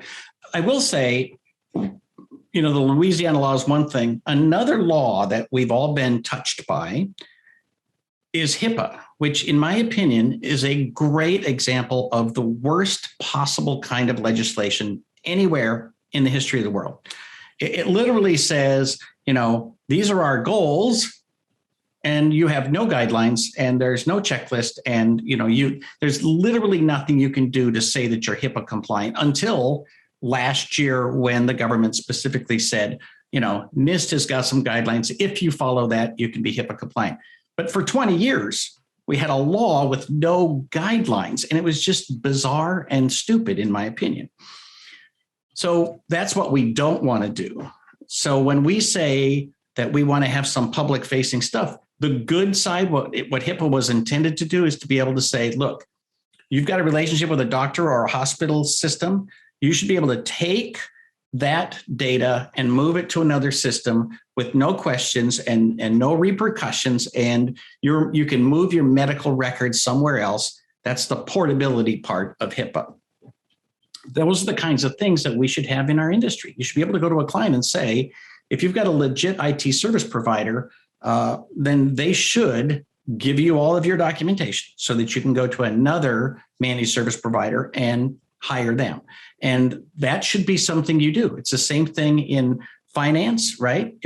If I needed to move to another tax consultant, right, Rayanne would say, okay, sorry to see you go, here's your stuff. Now she can charge me for that, but she's going to give me that, not because it's required, but because it's ethical. It's the right thing to do. It's the right way to run a business. So where does that lead down the road? Because as you start to get things codified in law, does it then become to a point where, like, we want to say it's unlawful to do IT services if you don't register and don't follow these guidelines? So I wouldn't say it's illegal, but one of the 9 pillars, and the 9 pillars document is on that nsitsp.org website. One of the 9 pillars is that we need a path to the future. We need a path that says people are going to turn 18, 19, 20. They're going to graduate from high school or college. They're going to start IT businesses. They don't know the term managed services because it doesn't really mean anything, right? They think they're computer consultants. They start with helping a few neighbors. They need a path to basically learn this industry, learn how things are done, learn the right way of doing business. We always see people who literally, they turn 20, they start a job, and they go on Reddit and they say, hey, has anybody got a contract? a contract without an explanation is one of the worst, most dangerous things that you could ever sign or put in front of a client. But people do it every single day. And so we want to basically say, look, let's create a path where people can go from amateur to professional, because IT is not going away, and we will need more and more people to get into this industry. So some people say, well, the result of this is that you're going to make it more difficult for newbies. Like, no, actually, what I'd like to do is to make it much easier. Ultimately, I would like to see this organization sanction different educational forums to say, look, those are legit continuing education credits, like Rayanne mentioned in the finance business. If you're in accounting, there are places you can go that they say, this class counts towards continuing education. So we want to be able to say, look, there's some places, and a lot of them already exist, that are providing really great education that will help you run a very professional computer consulting business. And so here they are, and here's how you get started. So we want to become the resource for people who are new to the industry rather than a detriment to them. We really honestly need many more of them to join this industry. So, Rich, I think we have time for maybe one more question. Do you have any other questions you wanted to ask? Well, I wanted to get caught up. Like I said before, this is still a very young organization. Really, you guys are just kind of standing it up right now. So I kind of wanted to get caught up on where that process stands, what has been accomplished to this point, what the next steps are. But if there's something else you wanted to get into, Matt, I got one more that's kind of more on the last train of thought that we were going, because we were talking about as things kind of get codified in law. As one of the great things about the country is that states can have their own laws. But one of the hard things is, if you're trying to be a lawful person, is that states can all have their own laws. So I'll kind of ask this to both of you, Karl, Rayanne. How important is it that these laws look similar across states? Because what would happen if all of these states draft completely different laws with completely different rules? That would be a very difficult thing for lowly MSP to follow, right? Kind of reminds me of the sales tax laws in the States. Exactly. I mean, we do have models of things that we would like to avoid. So clearly the more consistency, the better, and that's where, again, the accounting industry is a perfect example of, there are industry standards that then a lot of times, it gets built into the law that they refer to. What do they call it? The commonly, this term. The generally accepted accounting principles. There you go. Generally accepted accounting principles, right? So you can just, as a lawmaker, you can say, if you follow generally acceptable accounting principles, blah, blah, blah, blah, blah, right? And it allows there to be some consistency that's not actually under the control of this state or that state, who are controlled by the whims of whatever politicians happen to be in place at this moment in history. So consistency is good. This is also, because of the insurance piece, this isn't really a federal issue, except when it touches the cybersecurity and, international organizations attacking companies inside the United States. There's a piece of that. But it really is a state issue and needs to start, at least in the U.S., from the state level up. So let's get caught up on where things stand organizationally right now. I know that you were working on setting up committees and getting people signed up for committees. There, I think just recently you guys rolled out different membership levels. So tell folks where things stand in the construction of this group and where it goes next. Well, you're very lucky to get the scoop on this, because I'm just about to get off this call and then go write a piece to post on the website. Rayanne, do you want to tell them who the members are of the board of directors? So just today, we have appointed 4 additional members. So we have the 3 founding members, which is Amy Babinchak with Third Tier and Harbor Computer Services. We've got Eric Simpson and me. We're the first 3 board members. And then we just appointed 4 more. And we have Chris Barber. We have, give me a minute. We have Jeff Granier from Firelands IT Services. We have Chris Barber from Cheaper Than a Geek. And we have Larry Mandelberg from Mandelberg Consulting. And we have one more who, and I don't see her name, Heather Johnson from Gazinta. So, congratulations to them. And I'm really, really excited to be working with all of them, because I think each one of them has, amazing traits that they can bring to the board and help us move in the right direction. And we have a good variety. We have a vendor, we have a bunch of managed service providers, obviously. And so it's a good team. And what we've done, the board has decided to charge only $100 for a membership. And the goal there is that that's so low that if you are a professional and you're in this industry for life, you can swing $100. And so the goal is to get as many people as possible. We have about 500 people signed up on the website, not all paid yet, but we want to be able to take numbers to state legislators and say, ultimately, we represent tens of thousands of IT service providers. And so there's a huge amount of interest in this. It's grown faster and bigger than I thought it would. I'm actually kind of surprised myself of how busy I made my life all of a sudden. But, I think it's worth doing. And it's also good to see. And I sent a note to Rayanne earlier that I was really struck going through all of the applications for board members of how much interest and passion there is. And, and the talent is just, it's heartening to know that there are so many people interested in moving this industry into a profession.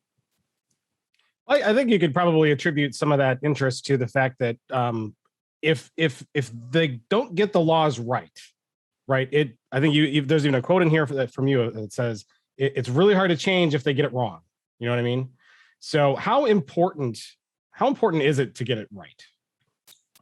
Well, ultimately, it's extraordinarily important. If there's the wrong definition of an MSP, or if the liability thing just isn't quite right, people could be sued out of business for not doing anything wrong. I mean, that's literally what's at stake here.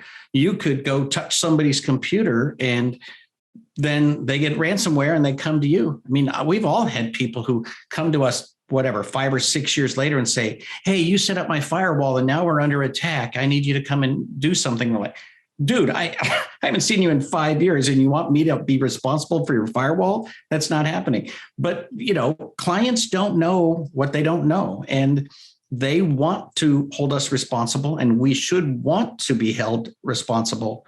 But we should agree that, we're all going to do it a certain way in order to make sure that we help everybody to be as successful as possible. I would also note, just a bit of a side note, we don't have a seat at the table, and neither do our SMB clients. Big tech always has a seat at the table. Microsoft doesn't need this organization. They have all the influence they want. And so it's, all the large companies in tech. It's the small clients and the small IT service providers who don't currently have a voice. And a voice is something that they should have. And I think everyone should go and check out the National Society of IT Service Providers. As you said, it's very inexpensive to join. It's all about getting the voices together. It's all about getting enough to have that influence. So that way the laws work for the small MSPs and their customers as well. So, Karl, thank you so much for coming on and talking to us about this. For those who do want to look at getting a membership, or at least kind of look at more of what you're doing, where can they go? Just go to nsitsp.org, and right at the top, you can join. Or if you don't want to join, you can just donate money. That's cool too. And Rayanne, I don't know if you want to talk about it's a 501c6. Correct. Yes, we are not a 501c3. That means that we're not a charitable organization, but instead we are a professional organization. So your dues should you choose to pay them, they can be deductible as an ordinary business expense as opposed to a charitable deduction, which probably would give you a better return on your investment. So, not that any of us needs an extra business deduction, but you can, rest assured that if you do decide to join the organization, it is an ordinary and necessary business expense deductible on your tax return. Excellent stuff. And we'll make sure that we put that URL, because it doesn't roll off the tongue or whatever it is like that. But we'll put that URL in the show notes for episode 198. Go to channelpronetwork.com. If you're watching on YouTube, open the description area. We'll make sure we get a link to this in there. It's important. It's important stuff, folks. Don't let the laws get drafted without you having some kind of say in what laws you are going to be forced to follow down the road. Karl Palachuk, thank you so much. Any way people can contact you, or do you want to go through that website? Well, they can just go through the organization, but I'm always available at smallbizthoughts.com or just Google Karl Palachuk. That's the beautiful thing about the 21st century. If your last name is Buchianico or Palachuk, you can be found today quite easily, much easier than 20 years ago. Thanks for having me. I appreciate it. Oh yeah, you're welcome. And what's the latest book that you have out that you'd like to tell people about?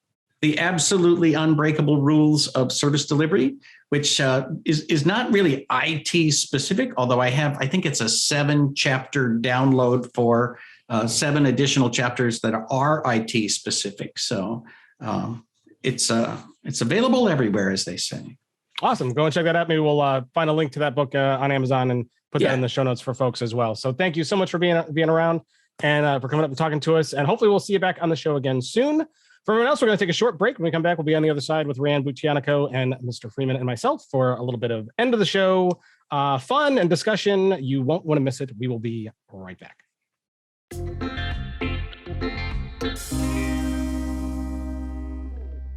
And we are back with part 3 of ChannelPro Weekly. Really good interview with Karl.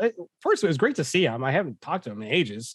And I got kind of spoiled seeing Karl all the time because he used to come with us to a lot of our events and do a lot of presentations at our live events. So we got to hang out with him all the time. And now he's busy making his life far more complicated with this national society thing and, writing books and on top of books. He should write hasn't he written a book about writing books? I think he has, right? He did. I think so. Yeah. There's anything more meta than that. I don't know. Book or something. Yeah. I remember he was working on something like that. So that's cool.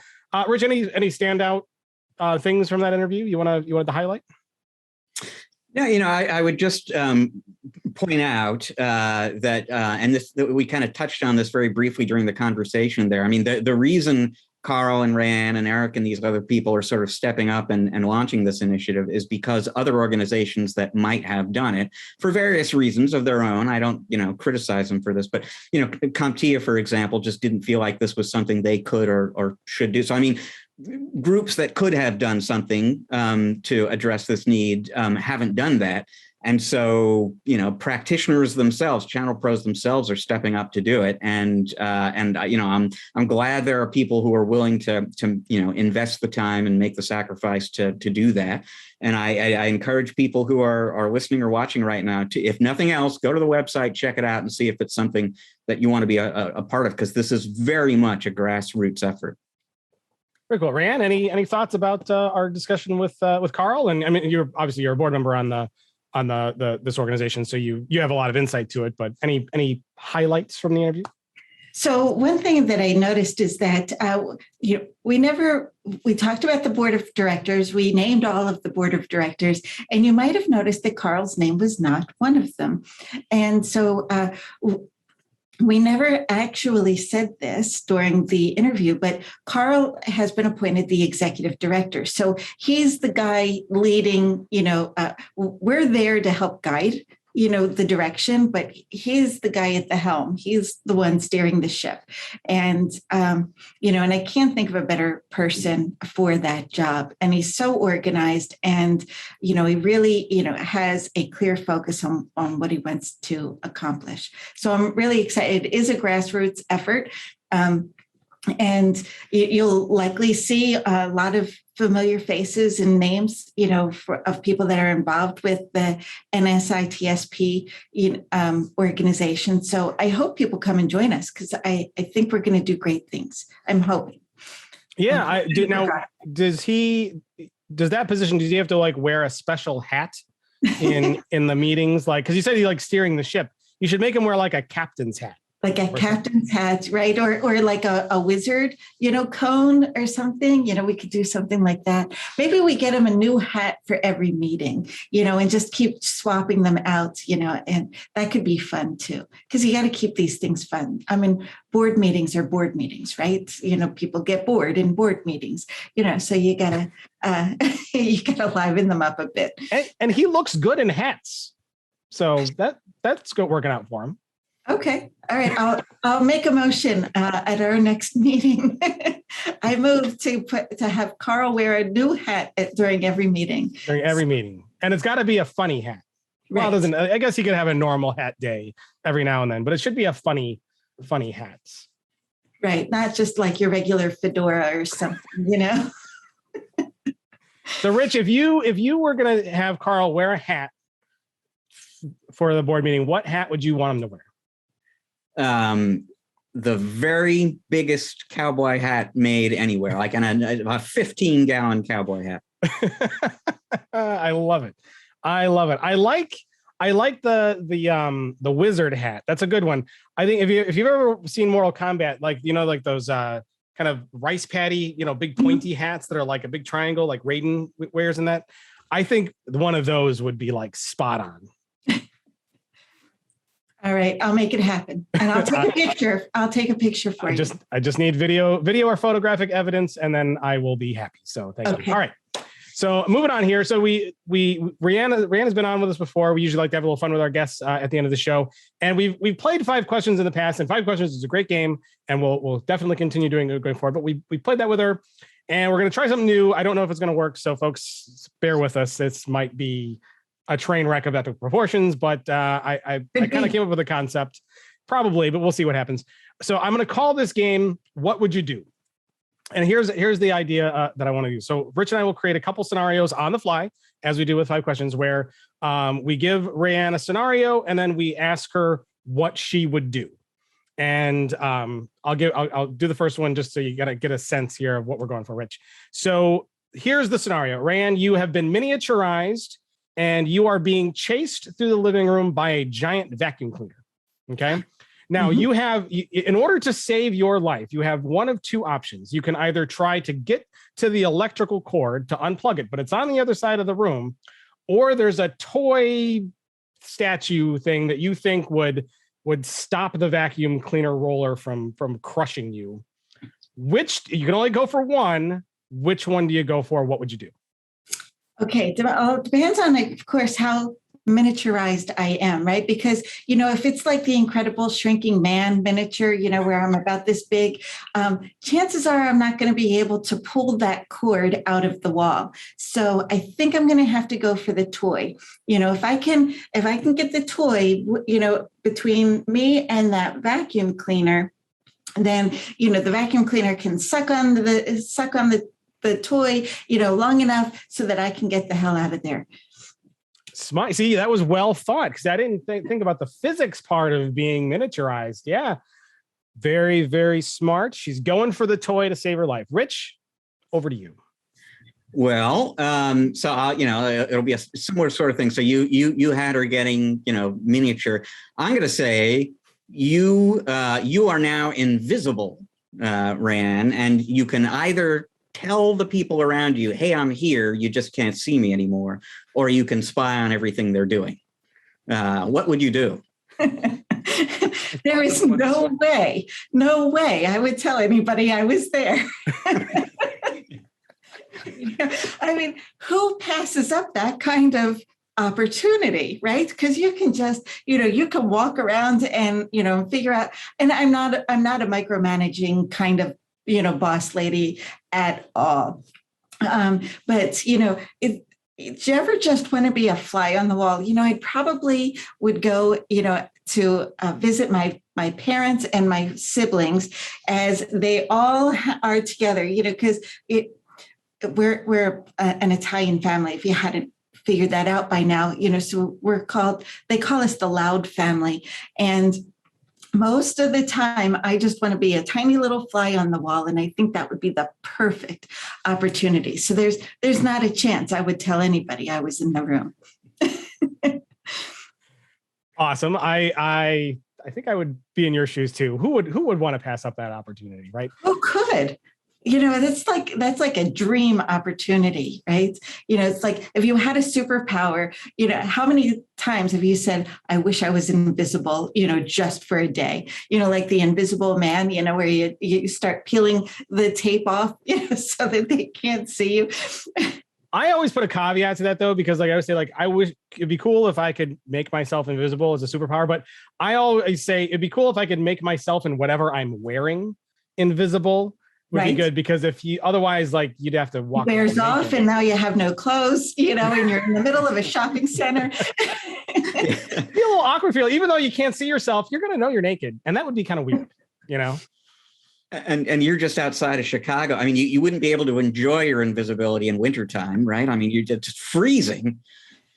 Exactly. And when you're wearing a parka and snow pants, you're not really invisible anymore. So you got to extend your power to, like, whatever I got on, whatever's touching me is also invisible, which might be problematic when you're trying to drive a car, but assume that could be selective. Okay, next scenario, and this is one of those scruples scenarios, Rayanne. Ready? So you're walking down the street and you find a bag, and inside the bag is $100,000 cash. Okay, right. Cash. Mm-hmm. But also inside the bag is a note. And the note says, if found, please return to, and it has like the name, address, and phone number of somebody. So who $100,000 belongs to, but it's cash. What do you do? First, I Google the phone number and the name of the person. And I want to make sure that this person is real and the whole thing is not a big fat joke on Rayanne, right? So, and I kind of want to stalk the person just a little bit. Let's see what kind of human being, this person is, and how did they happen to have $100,000 in cash in a brown paper bag that got dropped on my sidewalk, right? So, so I've got a little bit of investigation work that I have to do, but ultimately, Matt, if I find that this person is truly on the up and up and the money really does belong to this person, I'm going to call and I'm going to give it back to them. If I have any doubts, chances are I'd call the cops instead. So you're not pocketing it either way. I would not pocket the money. I would think about it. And it would certainly be tempting, but I like to sleep at night, and I could not do that. You can buy a pretty nice mattress with $100,000. Just FYI. I still don't know that I'd sleep very well. It could be like the best, Tempur-Pedic, high-end mattress. I'm still going to be tossing and turning at night, waiting for somebody to knock on the door and say, "Hey, what'd you do with my money? Where's my money?" Right? So, I could never. I've never stolen a thing in my life, and I don't think that I would start. A good response. Very interesting. Rich, the last scenario to you. So I'll stay on the scruples theme. Let's say so you are in a client's data center or server closet, and you somehow come in contact with like a really expensive hyperconverged infrastructure, some really expensive piece of hardware, and you break it. And nobody saw, you're the only one who knows. Do you say, "Hey, this thing broke," and then bill them to fix it? Or do you fess up and say, "Hey, I broke this thing," and then pay the bill? That's awesome. That's a great question. And anybody who knows me knows that I am a terrible liar, right? So, because at first I would probably run it through, like, how can I say that this thing, broke into 1,000 pieces all by itself? Did it jump off the shelf?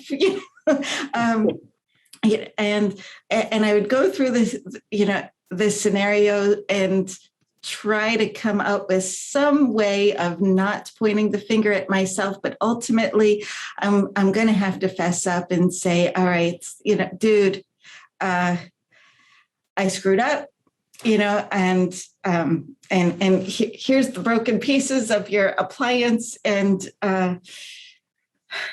I'll order you a new one. It's always been my philosophy in life, because if you screw up, because we all screw up, right? And I have my fair share of screw ups. Ask anybody. And my rule is own it, apologize for it, correct it, and move on. And that's how I handle life. And it's so I would definitely have to own it. Interesting. I thought you were going to go the route like, how did it jump off the shelf and break into 1,000 pieces? The Invisible Man.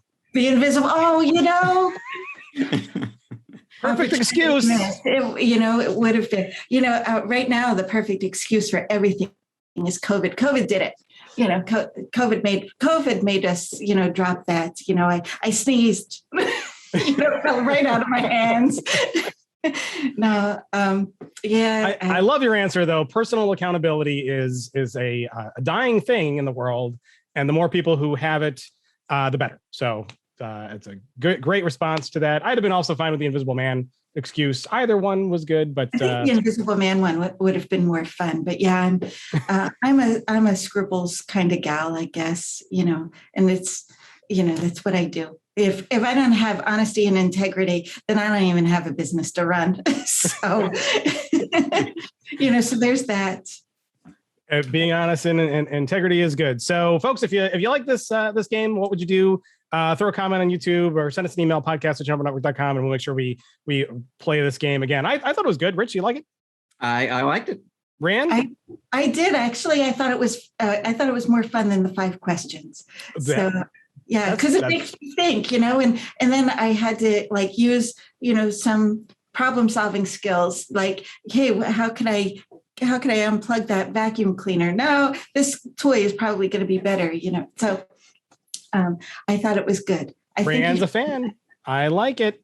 So if you're a fan, let us know, and we'll make sure that we rotate that game in, especially with we have someone back we've already played 5 questions with.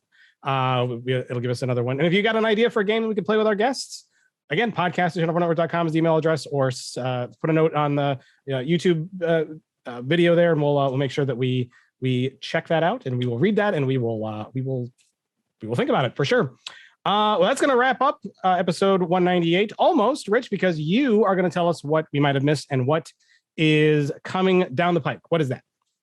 Well, anytime people want to know what they might have missed, the best thing to do is go to ChannelProNetwork.com on Friday, because every Friday, or in case you missed it, post shows up there. It's written by our own James Gaskin, and this week he's going to have some information for you on new offerings from Kaspersky and Trend Micro. There have been some updates to Google Workspace announced this week, and then he's got some details for you on 2 tales of bad pet decisions, let's say, one of which involves a couple in New York who had a cougar in their apartment, probably not a wise choice, and then a renter in Maine who left 15 live tarantulas and a python behind when they moved out of the apartment that they were renting. So interesting cleanup task for the landlord.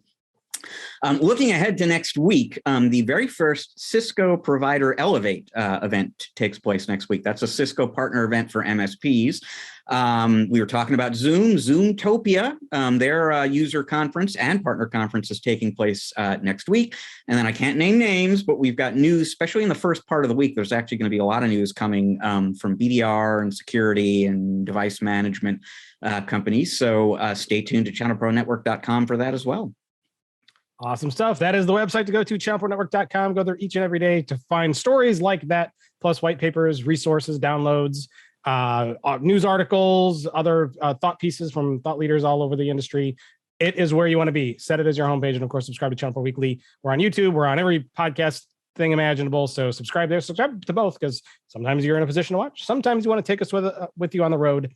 Do both, and then you'll never miss an episode or great guests like the fabulous Rayanne Buchianico. Rayanne, thank you so much for coming on. I hope you had a good time. You're welcome. And I did have a good time. And thank you again for inviting me. You are more than welcome. We will absolutely have you back again. No doubt about it. So folks, you want to see Rayanne again, you got to subscribe to ChannelPro Weekly. You never know when she's going to be back. But Rayanne, if people wanted to get in touch with you or learn more about you between now and then, where can they go? Where can they find you? You can head over to my website, which is abcsolutionsfl.com. Don't forget the FL. You can also find me on all of the social medias. I promise I'm the only Rayanne Buchianico out there. So if you Google Rayanne Buchianico and you find more than one person, let me know. But I'm pretty sure that the only person you're going to find is me. And if your last name happens to be Buchianico and you're about to have a baby girl, I will give you $20 to name her Rayanne, just so that way everything Rayanne just said is thereby nullified. I would love somebody to name their kid Rayanne, and have another Rayanne Buchianico in the world. That would be amazing. A little Rayanne doppelganger running around. It might happen. Good stuff. Well, thank you again so much for being on, and I can't wait to have you back. So visit ChannelProNetwork.com, like I said, and get all of your info there. Check out our upcoming events in Raleigh and also in LA coming up as well. Events.ChannelProNetwork.com is where you want to go. We've also got some online events coming up, so learn about those and join us for those as well. And until then, we will see you all in episode 199 next week.